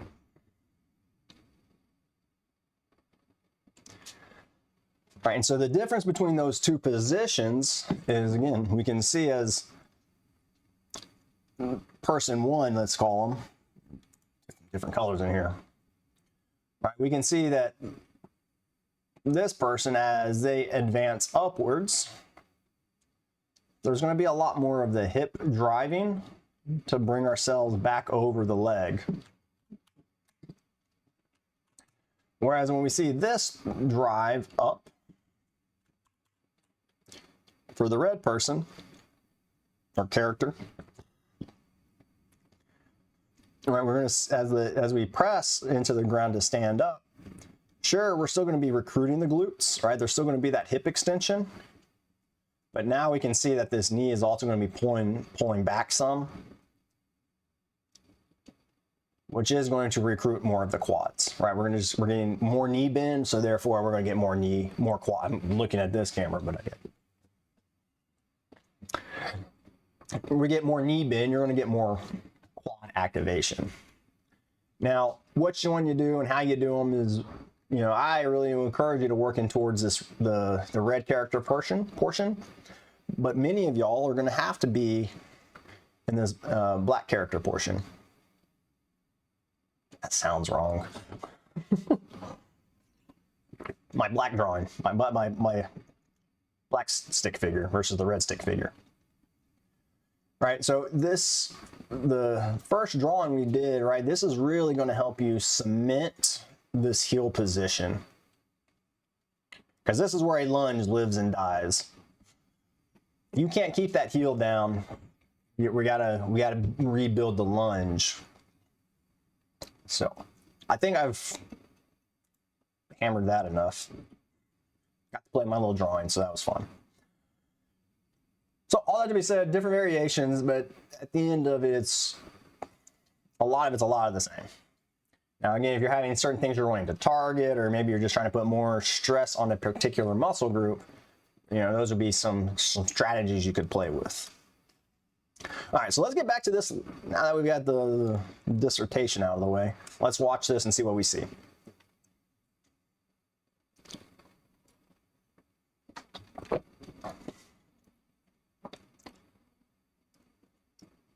By the way, I hate dumbbell lunges. God, do I hate dumbbell lunges.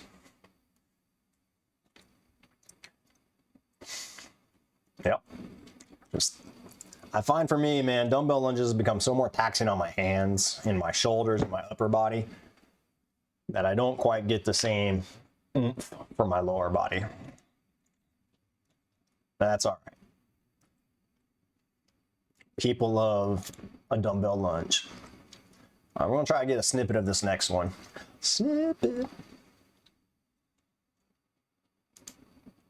All right.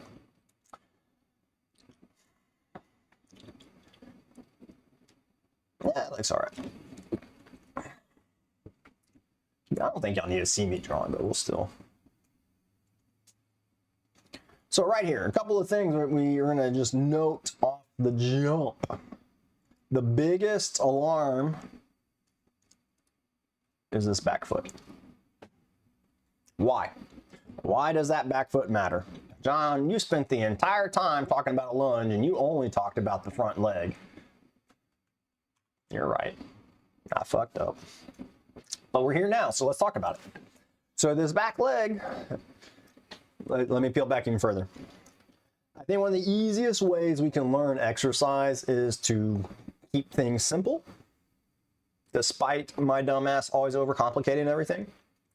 But if we can keep things simple and start seeing our body in lines for 90 degrees or 45-degree angles. And when we have load-bearing efforts, right, we want to have everything as stacked and aligned as we can, right? If we were to build like a Jenga tower, right, we want all the Jenga blocks to be ass square on each other all the way up, right? Because it's going to be less likely to fall, right? If you're playing Jenga, right, everybody tries to still, even though you want the next person to knock over the tower, you're coming back around, so you still try to make it as clean as you can. And so exercise is no different in my mind, right? And so whether you're doing dumbbell lunges, you're doing, barbell back lunges, whatever your lunge variation is, you're in yoga, getting into warrior number 69, like, what's going on with that back foot? All right. And you can see here too, is the hips are having to open up. The bell's in the way, but you can see the knee here pointing out this way. And we see the foot pointing out this way.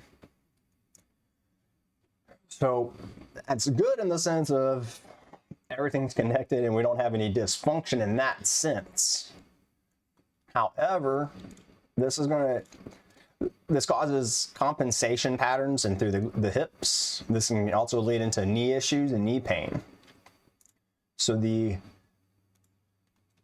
fix, so to speak, the quick fix or in the workout fix, right, would be to take your knee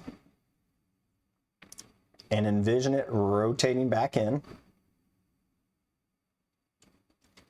right? And this thus would rotate your heel back out such that it would be more over the foot, right?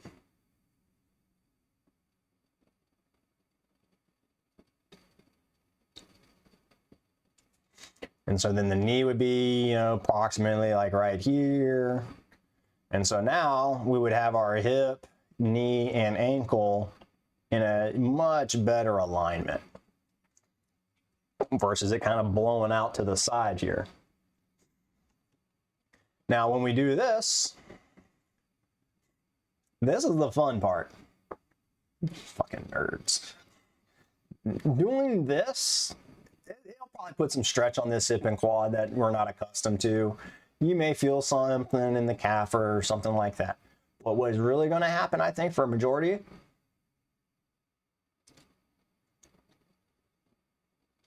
this glute, ass cheek, and all this stuff on the right side is going to have to work a hell of a lot harder.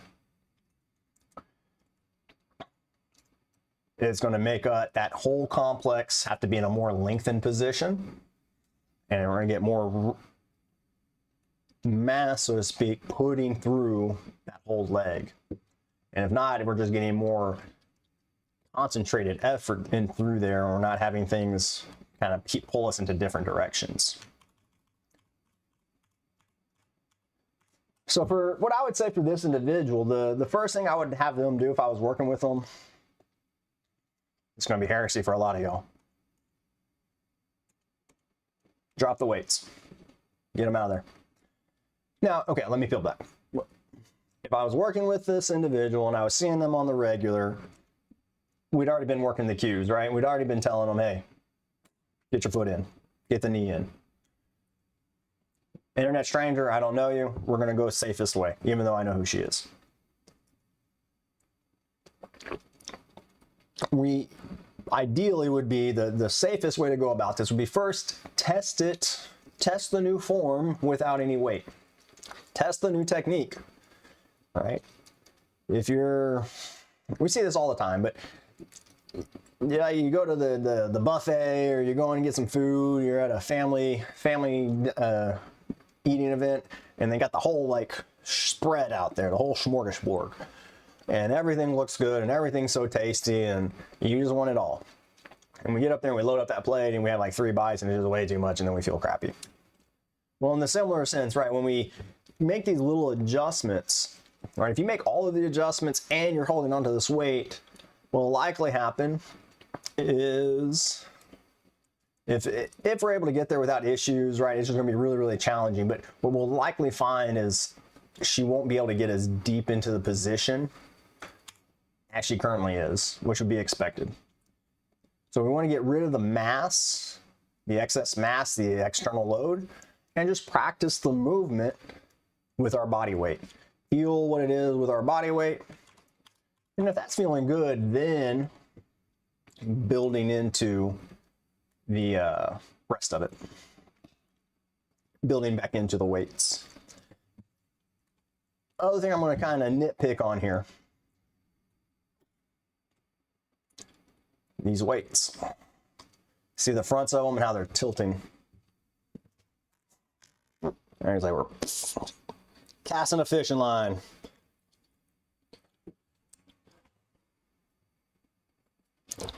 What do we see about that angle?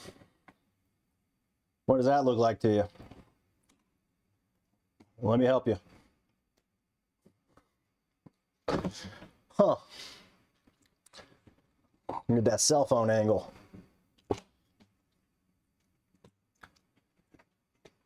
Now, I might be taking, again, some liberties with that. However, this is very indicative of a lot of not a lot of cell phone use, it's just indicative of us being in this kind of position with these, our thumbs and our forearm in this straight line versus us being engaged and keeping that wrist in a neutral position. So again, with dumbbells, farmer's carries, any of these things, hell, on overhead presses, I've been kind of playing with this sense of trying to drop my thumbs in a bit and not letting this happen, but really trying to encourage that kind of flexion, or I don't even know what that adduction of the wrist. Who talks about adduction of wrist? In any case, but why does it matter? Again, it's just these little opportunities to train our entire body while we're doing all this other crap. So the easy fix would be choke up on, well, besides going to lighter weights, choke up on your dumbbells. Get that dumbbell sitting on your thumb. Now, when we do this, it is going to kind of fight you, but it gives you a little bit of resistance. And then you can work on fighting a little bit and trying to keep that neutral wrist position. Now, some other things we're going to kind of nitpick, because again, it looks like we're not quite even left to right. I mean, I get we're lunging, but still, again, be in that hallway. You want to stay in the hallway, don't touch the walls. There's these dopey carnival games where they have this, see, they might have this like little metal thing set up. And the game is you got to take the like a coin, or not a coin, but a washer, a metal washer, and you got to try to somehow finagle the washer all through the little loops. And if you touch the wall, like a little light goes off, and you don't win the prize. Well, that's how I think about exercise, right? We have this movement we're trying to establish, whatever it may or may not be. Whatever it may be. Whatever exercise we've chosen or is in our workout plan. And anytime we compensate, anytime we have a little shift or twist or asymmetry, right? It's kind of like we're touching the washer to that little wire, and we hopefully realize it, and we have that little light go off, and then make the adjustments. You know, and that's over time we develop that sense. So. Hanging here, again, the big emphasis, keeping that weight in the heel, even though we were talking about this back leg. As we're lunging, like I said, a lunge, squat, and deadlift live and die by keeping that heel down. I don't care how far you want to bring this knee forward, but if you can't keep that heel to the floor, no bueno. No bueno por caca.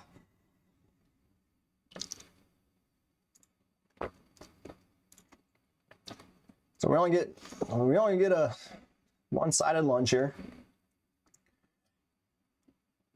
Now, kind of interesting how we see is as they step forward too, and maybe me being nitpicky, but I'd put my heel down, put the foot all the way down, stand normal. A excellent tool for this would be a slider. Putting a slider under that foot and just working on sliding your foot back. Because this, again, will help us with that heel position, getting that rotation in that ideal place. And then we can also see here let's call it the bias.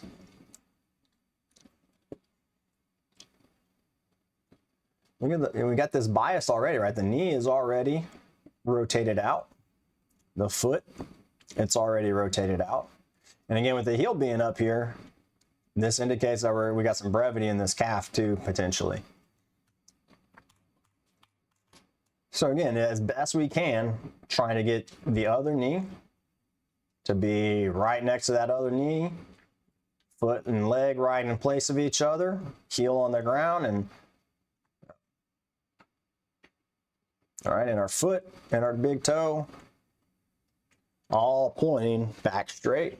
And then on that next rep, we just slide that leg straight back, fighting any of that. We ain't getting up on a horse, y'all. I mean, she might be getting up on a horse. I don't know. But no, we don't want to swing the leg around and back. Think like a sprinter or a runner. Like, we want everything going down the train track, right? Nothing outside the train tracks. All that's just lost energy. And this is also going to indicate like tightness and brevity, maybe in that upper left glute, in the glute. It could be some brevity in the TFL or your tender fascia lata, kind of where your hip pockets are. I love that fucking muscle's name, tender fascia lata. And these are all little things that can be overactive in the hips that cause these biases.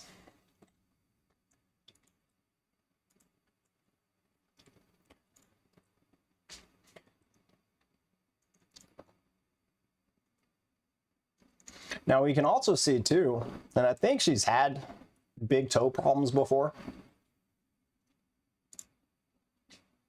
Like ice picky pain in her big toe.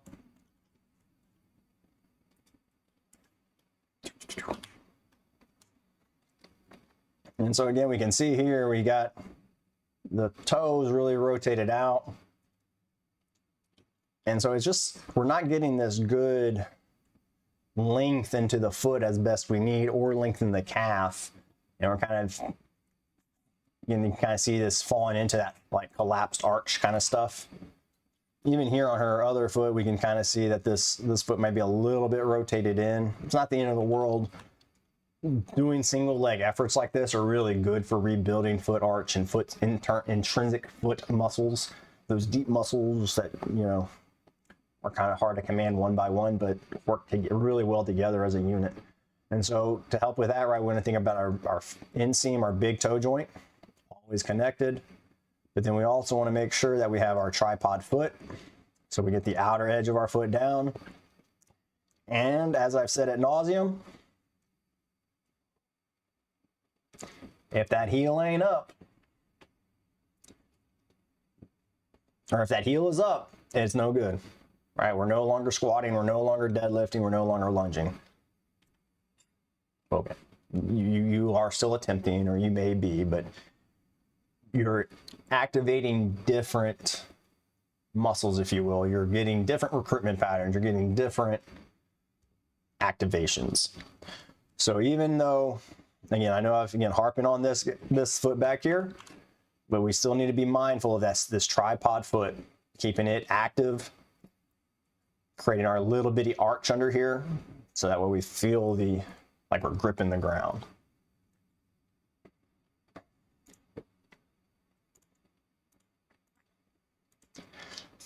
I guess last thing I would say here, last thought. Again, first, I think a slider would be excellent for this athlete, for her. But let's do one last snippet.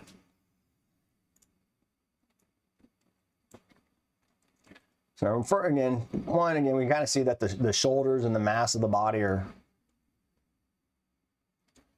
kind of shifting to the right. And then we also have, again, we can see where we have this big shift over here to the left. But also notice we got the knee pretty bent here. And so, again, I'd say for this athlete, I would go no dumbbells. Let's get a slider under the foot.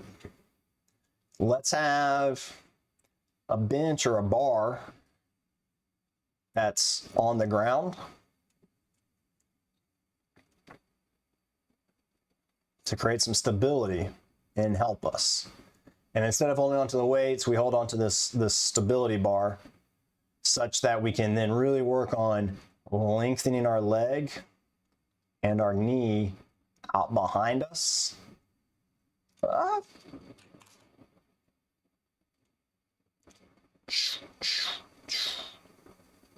Kind of deal. Versus it being outside and wide. And so the last cue would be taking our front leg and our front knee, so to speak, and gently having the idea of pulling that into the femur, or into the socket, right? So taking our thigh bone, our femur, pulling that just ever so gently into the socket. And then we're going to take this other hip and gently pull it the opposite direction. Get a little Ed Sheeran in your hips. But we want to create a little bitty shear force, right? Like a pair of scissors, right? Shearing. We want to pull that one hip back and that little twist of the other hip forward. And this too will go in part to help with all this other stuff, right? Getting this knee in, you'll find that when this knee rotates in some, this is going to bring this hip more forward. And it's also going to help drive this hip back. So finding those cues or those concepts or landmarks that work with you, so that way, again, you can get this repeatable effort, but that we don't create biases, because what's going to end up happening is like in my deadlift where I got that little rotation happening, right? This shoulder lean will only get worse with the more training we do, if we're not conscious of that twist, if we're not conscious of that compensation. And the only time we'll do anything about it is when we start having some pain or discomfort, right? By and large. So, and that would be the biggest thing I see with this lunge is this back leg. We get that back leg squared back in, drop the weights, get ourselves something stable, drive the knee in as we go down, keeping the knee as extended as you can. Playing around with that and building from there. And then going back into the weights if you like. And last thought, because gotta get moving on. There's nothing wrong with dumbbell lunges, especially doing backstepping dumbbell lunges. However, I feel dumbbell lunges, the limiting factor becomes our grip strength. And if you've already maybe done a whole bunch of leg work, maybe you've already done some back squat, maybe you already done deadlifts for the day, maybe you did some step ups, whatever it is. You did some maybe 3 to 6 sets already of legs. And you wanting to do this now as well. Not so bad. Your legs are probably going to be will likely be pre-exhausted already.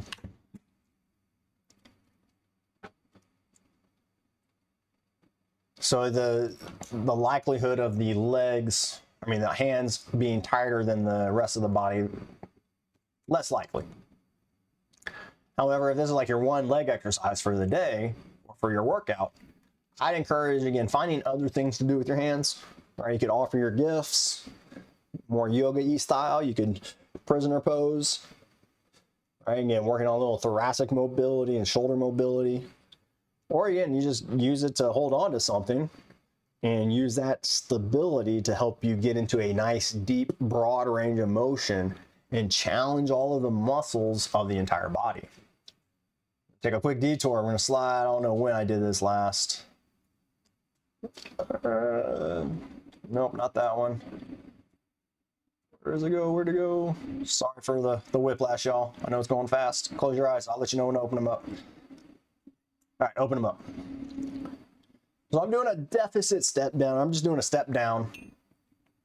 And it's similar. You can do the same thing with your lunges, just without the box if you wanted. But I'm using that wall to create myself some balance and stability to help me be able to explore these positions. And as I go through the set, I'm going to express a deeper and deeper range of motion. I'm not trying to flick off the camera there. I'm just trying not to lose my balance. And I'm really trying to drive all my mass and my working through this leg. Oh, I switched. All right, and so I'm trying to get deeper and deeper and deeper. And so my leg's back here taking a little bit of the load, but then I'm still using that right leg to help me back up. And it's exhausting. Like, I need to get more of this in my life. I keep forgetting about these. So many good exercises out there, right? One of my buddy, he goes, how do you figure out what to work on? And I gave some big complicated answer, and he goes, I just find whatever I suck at and do that. And so single leg hinges or single leg squats for me is something I kind of suck at and I need to do more of. But again, working those big broad ranges. So again, replacing your your dumbbell squats with something like this would be more beneficial for your overall well-being, your overall progress, I would argue, versus just kind of sticking with the dumbbells because you feel like you got to add more intensity or more mass to the equation. Add a broader range of motion with absolute control, so to speak, or just your best control possible, and you will get yourself working. I got about 10 minutes here, y'all. Let's get back up to the top. Let's see what else we got cooking. All right, so we already talked about that.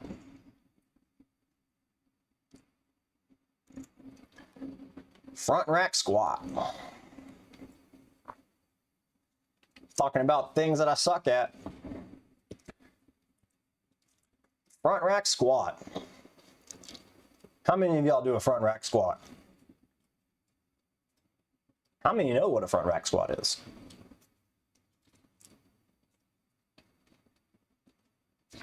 So I was talking earlier on the deadlift about hook grips and how that translates more into Olympic style lifting or power lifting and things of that nature. And then, so this front rack position, or is also kind of, people like down here at the bottom, they call it the receiving position. So like we're doing a power clean, you have to receive it, right? Now, a lot of times when we're new to this movement, when we receive the bar, we'll just let our elbows be under our wrist, and that's not going to be a great place for us. we really want to try to get into this front rack position. And you can see as I lift my elbows up, my hands are rotating more towards me, so that way that mass stays towards my body, versus the lower it goes, the more it's going to pull me and knock me forward. And you'll see this again if you ever watch any workouts of like CrossFitters or the CrossFit Games. Maybe not CrossFit Games, less likely there probably. Being that those athletes, like they're really practicing those movements a lot. But if you're new to it, or you've seen people who are new to it, or just again, maybe you've seen some fails or failed attempts, right? A lot of times if they're at that bottom and that bar falls away from it, it's just we're not getting enough of that front rack. And front rack, man, y'all, this is not one of those lifts that you should peel back. Again, everybody's got their goals that, you know, live your life however you see fit. Like cross the road without looking, look both ways, jaywalk, whatever it is, get across the road, right? But if we are going to try something like this that's new to us, and the more like I look at front rack squats, like this to me is one of the best exercises we can start getting ourselves into the habit of. And that it really helps us work in a lot of shoulder mobility that many of us lack. It's going to challenge us in our squat, and it's going to, I think, in a lot of cases, be a little bit more real world application. I love back squatting, right? You get to be lifting real heavy numbers with back squats, especially like a low bar squat. Front rack squat, like you're gonna be lifting tiny numbers, tiny relative to a back squat, tiny relative to a deadlift. And it's because of this right here, right? This front rack position. And a lot, again, the other side of it is just we lack a lot of mobility in our shoulders and in our wrist. And so it deprives us from being able to express it. All right, so enough of that in my soapbox. Let's talk about the squat and let me see how we're doing, or at least how I'm doing. So front rack squats, right? Again, just like a back squat, we're going to approach the bar, find our grips. For a front rack squat, trying to feel. I almost feel like for front rack squat, it's almost better to go a little bit lower maybe than what you're used to for a back squat. All right, so what do I mean by this is like this rung right here. Do it. We'll look at it on this side. Take me to the other side. All right, but you can see we got our J hook here. J. That's backwards, John. That's a fish hook. Anyways, we got our J hooks there. So you can see here it's like at 11 or something. So even though I would have been better off bringing this down maybe just one more rung. This is probably about where I would back squat this on this rack. I would probably be at this 11 marker or so, or 10 and a half, however you want to read that. But just having a little bit lower, and that we can get ourselves in scoop and then stand up with it. What up, D-Gen? What's going on? And 2 viewers. Thank y'all for coming in. Appreciate it. How y'all doing? How was it? Did you get some yoga? Some yoga? What's up, man? How you doing? I'm doing well. I got about 15 minutes and I gotta go to the dentist. Okay. Started jumping rope again too. Excellent. Says I don't mind jumping rope anymore when it's kind of warmed up. I don't know how the hell you did that jump rope in the snow, man. Like, mad props to you on that. That would have... My country has been by. No, I recognize too, once you start getting moving, getting that body heat up and going like it.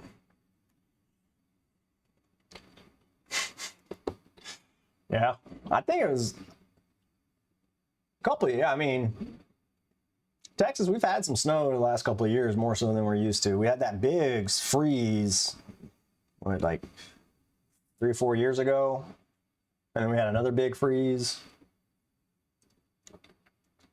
But yeah, it's because Sparky and Blondie got to play in the snow. You're right. Yeah. Yeah, we did have some snow about a year ago. So, front rack squat. So, D-Gen and D-Gen followers and friends and viewers. This is similar to like a goblet squat. If you're familiar with things like goblet squat, and you're holding that weight in front, it's maybe not as an extreme of a position as this front rack squat is for your shoulders, but it mimics a lot of that, and we can use it too, even as a preface if we have limited shoulder mobility, to be able to kind of work some of this stuff for ourselves. If you could also do this with kettlebells or dumbbells, I'd really recommend kettlebells, and that I like how kettlebells, the asymmetry of them will kind of rotate our shoulders open when we try to get to this front rack position. Dumbbells you can do kind of similar, but because they're symmetrical, right, they'll just go wherever you kind of let them go. Whereas again, kettlebells will kind of actively make you feel like they're pulling you apart.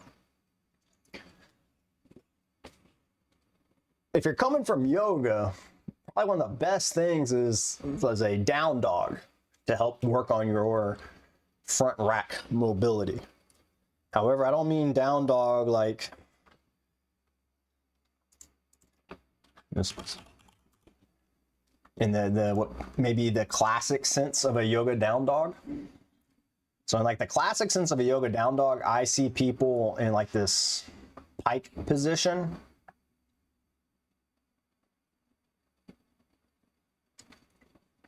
And then our heads are somewhere like up here.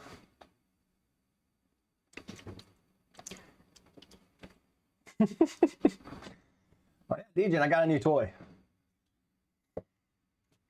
Amazon had them on sale for like 20 bucks.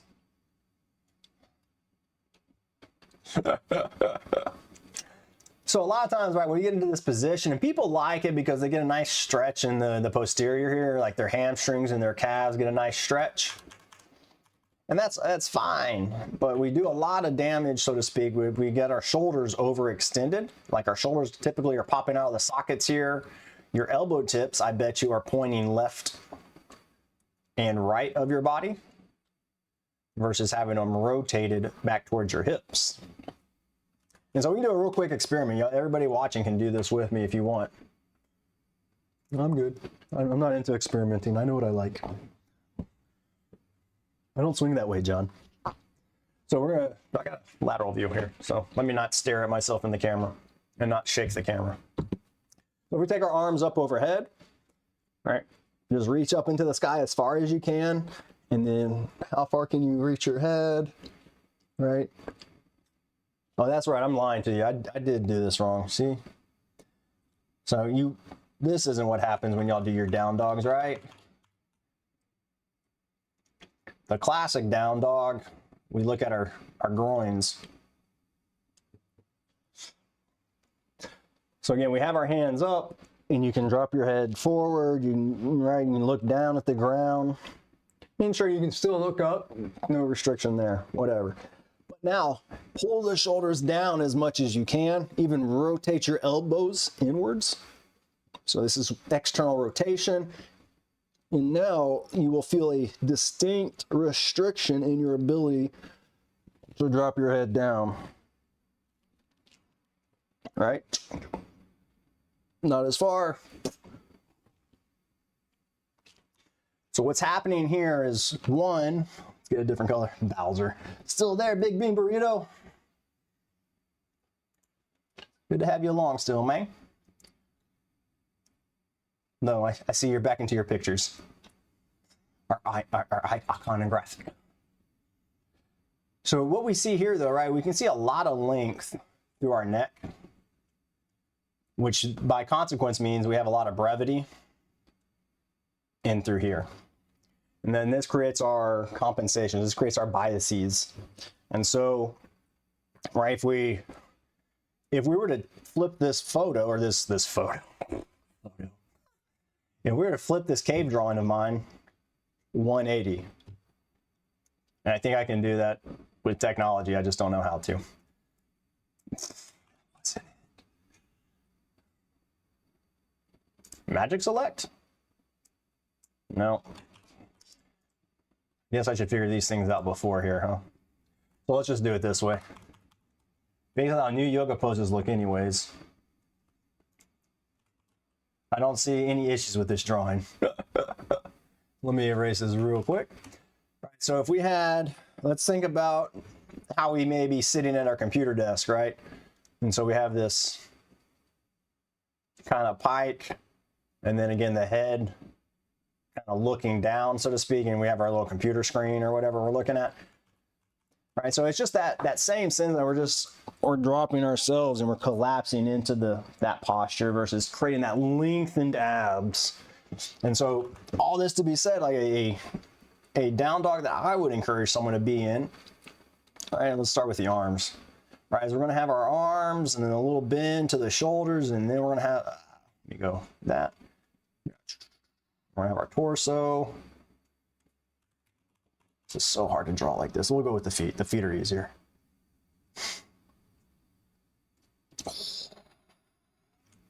And then our shoulders will be coming out like that. Yes. Maybe it looks like someone presenting themselves. That's fine. But what we're going to be doing here more so is you can still work on extending the knees slightly back. But it's going to create a much bigger recruitment through all of here. It's going to create a lot more recruitment within our core and our midsection, right? And within our thighs, having to work as we drive our knees forward and we pull back. And so right in here, right, this is going to help us create a lot of thoracic extension. So I'm going to pick on you for a second, D-Gen, right? Because you have a lot of thoracic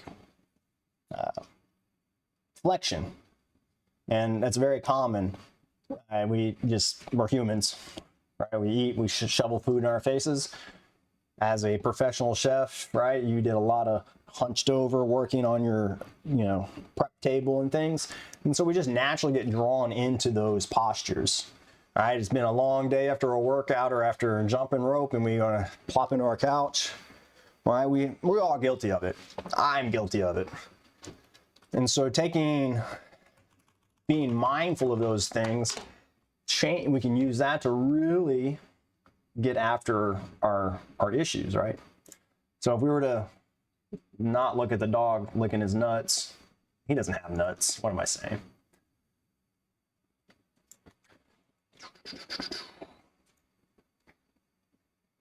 That should be all right. Sparky ran off. Sorry, Blondie, you're no longer the star of the show. But if we're working on like a down dog,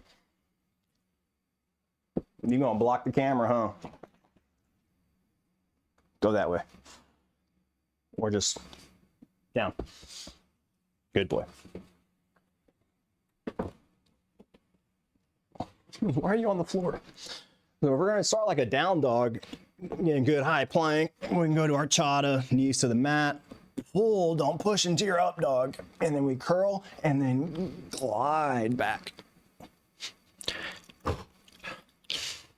And so here I'm pulling my hands towards me. I'm pulling my knees towards me. And then you can work on getting broader and broader in that expression, but really we're just trying to pull against the ground and press. It's almost like we're creating this motion through the arms to create the lift, right? It's not that kind of a thing.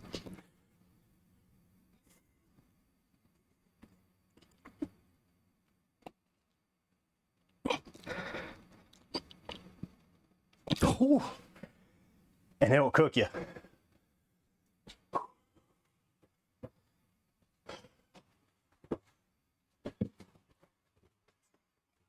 Oh, already worked out today, y'all. Boy. Oh, not that one. D-Gen. So cool that over time, I'm starting to not even notice or have to practice. I can literally picture and mentally know how I should look. Yes. Getting better at all those transitions.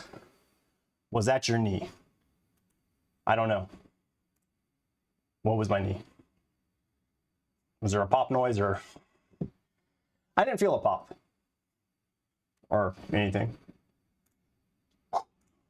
Coffee and then down dog, something cracked. I don't know, maybe something. That's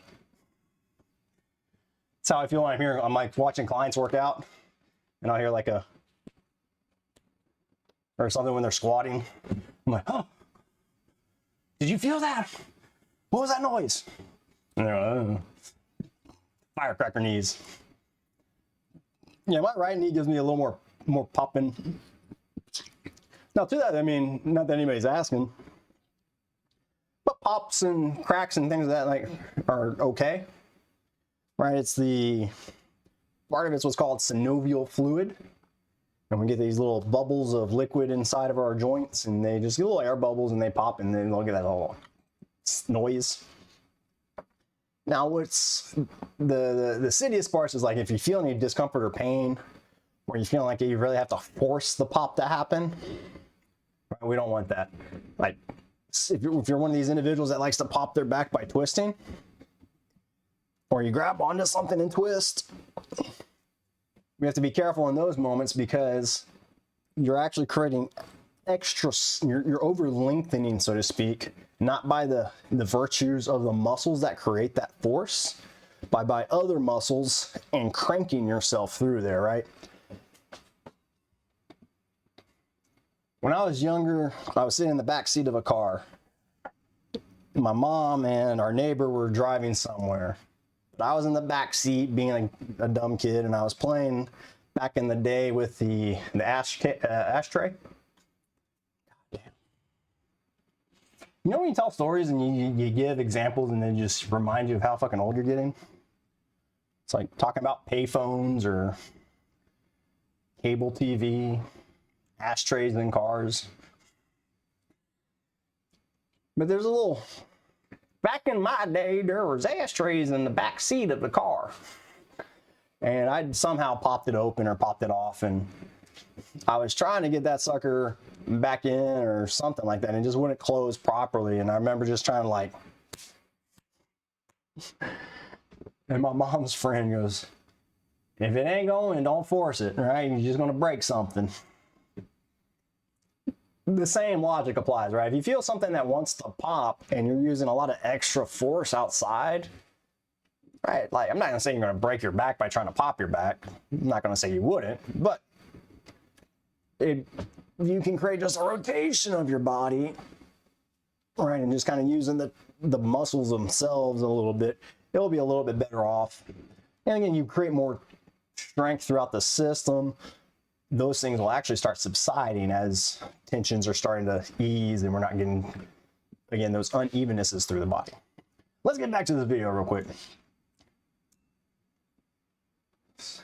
So front rack squat. Again, if we're using the bar, it's really tough. We want to make sure we get that sucker up on our shoulders. It feels like for a lot of people it's coming into the throat. And again, we just gotta, it's one of those things you're just gonna have to deal with. You can work on making sure your head's not going forward. Right? If your head's pushing forward, you're gonna guillotine yourself. So we're still trying to have our head pulled back, having a good traction through our cervical spine. Again, good externally rotated shoulders as well will help with this. Now, being that, it is a front rack squat. Whoops. Go away. There we go.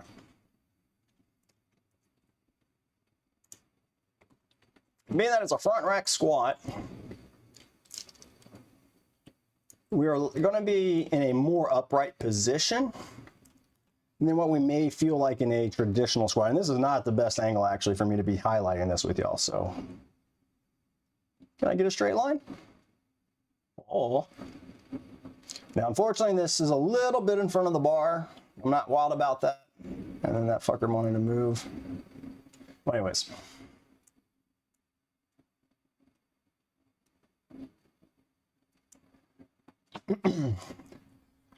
Right, okay, so what we're looking at is just seeing that bar path. And again, we always want to work on having our bar path as over the middle of our foot as we can.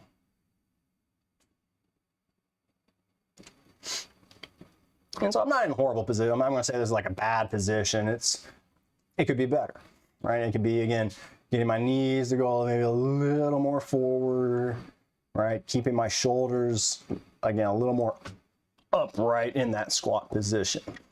versus depending on so much of a hip hinge. Which is, again, from a back squat perspective, right? If this bar was, let's change colors for a hot second.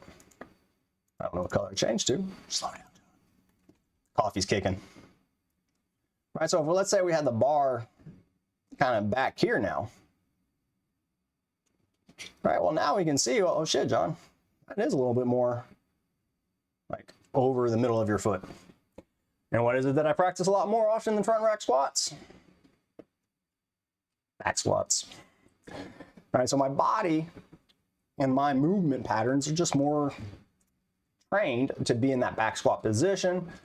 And so it takes me some time to kind of sense out and feel those back out. And so that's what I'm saying, right? What is it that you need to work on? Find it, whatever it is that you suck most at. And that's what we work at. What is it that you struggle with the most? So if we go back and let's just see this real quick, we'll just look at them. So front rack squat, I mean, it doesn't matter back squat, front squat, there's some variabilities in how we get set up, but the mechanics are going to be relatively the same, right? We're tripod foot, hip hinge, knees bend. Keep the mass over the middle of the foot. What's going on, Mr. Blondie? I see you over there.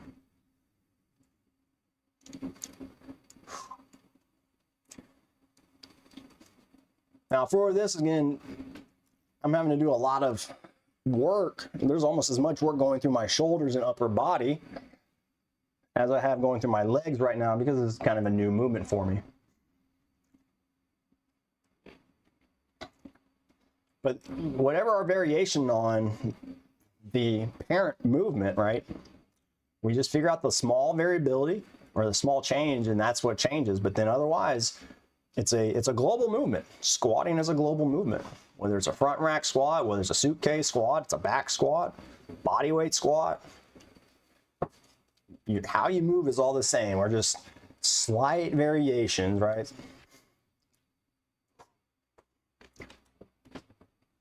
I've got 5 minutes and I got to go. Last one here.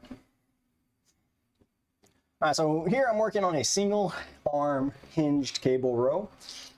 So again, I'm using a cable machine. I'm in a hinged position, but it's still a row. A row is a row is a row. And what do I mean by that? A row starts with our shoulder, and we pull the elbow towards our ribs. This is a horizontal row. So trying to make sure I feel the activation through the shoulder, or that sense of pulling my scapula towards my spine, making sure that I'm getting positive movement through the actual shoulder joint, and not that I'm bicep curling it or, pulling through my chest. And yeah, this is one of those little tests you can do with yourself right now.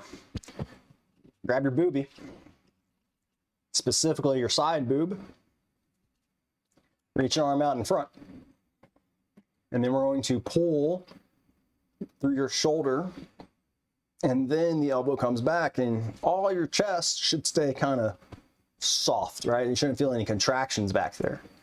However, if you pull and let your shoulder roll forward as you pull, you'll start feeling some maybe tension building in here. All right, we're starting to use our pec minor, which is a forward tilter of your, and again, your lat's a forward tilter too, right? And so it's easy to kind of get into that position. But what happens here is we're no longer stabilizing through the rotator cuff. We're no longer stabilizing our shoulder girdle in between the scaps there. And so again, all rows, no matter what positions we're in, start the same. Kind of like you're trying to put your titties out there and get a free drink. Pinch the shoulders, and then we drag the elbows. You can kind of even see my hand grip here, like I'm just kind of a false grip. Because I'm trying to make sure, I'm trying to minimize the desire, so to speak, or the unconsciousness of my bicep wanting to kick in maybe. And so again, if I can be as just kind of dead armed and just think of my arm as a hook, it's going to really change the recruitment patterns for me. It's going to change, again, my biases in some ways. And so we're going back into the other side. And one thing I guess you can't tell maybe specifically here is I'm stepping back, creating my length, but then I'm even off centering a little bit because I am doing a single arm. I'm trying to get my anchor point, lined up with the side I'm working. right? But that doesn't mean you couldn't maybe play games and say, you know, maybe there's a specific issue you're working with, or, you know, a movement pattern you're trying to rebuild that benefits having to come across your body in row, right? So that's again where you can find those little variations, but no matter the variation, again, the global movement's going to be the same for you. So that's why I always encourage, if you can learn, if you don't know how to row, or if you don't have a lot of equipment for you, that's fine. Just starting out with your arms out in front and just getting that sense of your shoulders moving without your elbows. And for many, you'll start this and you're going to be like bending at the elbows, your shoulders won't move. And so you have to watch yourself, whether you got a camera or a mirror, and practice just again reaching out, round your back, and then pinch your shoulder blades. You were saying this earlier, DJ, that you can start envisioning, how'd you say it? I liked how you said it. Yeah, so cool that over time I'm starting not to even practice. I can literally picture and mentally know how it should look, right? I mean, I would still say you're practicing, it's just a different way of practicing, right? And so we can get, but we can start again seeing how our body should be, right? We can close our eyes for a little bit and envision when I pull my shoulders back, what that should look like. And then you can open up your eyes and see, does the sense match what we feel? A few months ago, I'd have to get on the floor and ask, should this feel like this? Yep. Can picture the wings out versus elbows in without having to know actually what to do it now. And you know what? It comes from you taking this time every day over what it's like a year now, right? Of just practicing little movements and just allowing yourself to be a little bit aware. I got this one client. He is Captain ADD. Great guy. Enjoy working with him. And every now and then I'll be like, so where'd you feel that at? Well, not just him, I ask all my clients. Where'd you feel that at? What'd you notice? How'd that feel? And it's so what you're talking about here, DJ, right? So that way you start connecting the movements. With this motherfucker, this, like, how'd you feel? What did you notice that? And he goes, oh, I don't know. I was thinking about my STDs. I go, excuse me? Oh yeah, I gotta think about the shit to do today. Fuck off, man. The shit to do right now is focus on our form, focus on our technique, see how that feels. Bigger problems than burpees. Right? All right, y'all, we made it to the top of the list. Panelito, I'm sorry I couldn't get to your deadlift today. I'm gonna write it down and I'm gonna try to get to it later today, if nothing else. If you don't mind, I will self-post it on the Reddit page, just because it makes it easier for me to find all these things. But any of y'all out there lurking, hanging out with me, DJing, Naj, Bowser, Big Bean, Burrito. Again, I encourage y'all, if you want, it's free every Thursday. I'm going to be trying to go through these. If y'all want some specific examples for you, and you're open to putting yourself out there on Reddit with an anonymous account, you can block out your face and everything and all that kind of stuff, right? DJing, you can still, you know, put like a birthday mask or something, you know, what is it, a masquerade, and so that we won't know it's you. Get you one of them Mardi Gras masks, Phantom of the Opera mask. But I'm joking and teasing, but if you are, again, looking for some help, maybe you're just not really sure where to go, or maybe, again, just you don't have access to a good trainer or those kinds of individuals that can help you with that. That's why Paul and I created RangeFitnessOnline. That's why I created this Thursday stream, right? So that way we can help the peoples, as it were. I'll post it unmasked and it'll be more anonymous, right? Right? Who knows this guy? I know it's you. Them eyes don't lie, baby. All right, y'all. Well, I could sit here and keep drawing, but like I said, I got a dentist appointment to go to, get my teeth all cleaned up, and then gotta go make my Twitch money. Thank you as always to everybody that's been here and participated with the streams. Great pleasure, great fun hanging out with y'all. Appreciate y'all letting me nerd out about things I enjoy and all that stuff. So, right, it is a good thing to go to the dentist. You can do a lot of things. You can do a lot of things to help yourself, but dentist, going and getting your teeth checked is by far one of the best proactive things I think one can do for themselves. All right, y'all, let me see. I think we may have a few people here. Let me Let me be a decent streamer. Let me not be a lazy streamer. Oh, it says you already got one of these things open. Let's see if we can't find a raid. Is that an American commercial? American only product? Raid!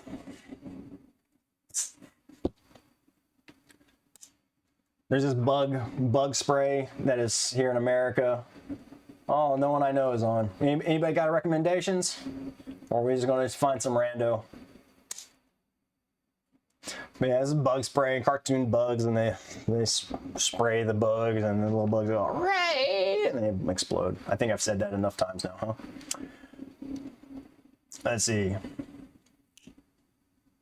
Run Dan Run. I think you've ever mentioned him before. Let's find Run Dan Run. Run Dan Run. It would help if I was on the right row of keys. You ever been typing and you're like one row up or one column over, and then you start typing and then it looks like you've had a stroke in the middle of your fucking shit? Anyways, let's see. Dan, run. Are we start raid? Again, thank you all you rangers out there. Appreciate y'all coming around. Until next time, stay mindful as fuck and don't compensate. Ooh, that almost sounded good for an ending there, huh? Raid now. We're not waiting a minute.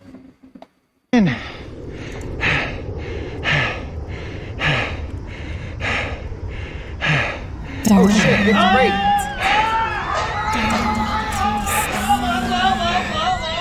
Thank you, Raiders. Welcome in.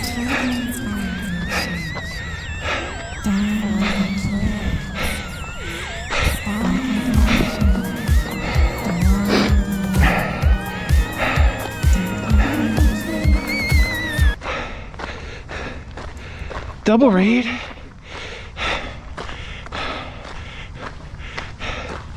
Yo.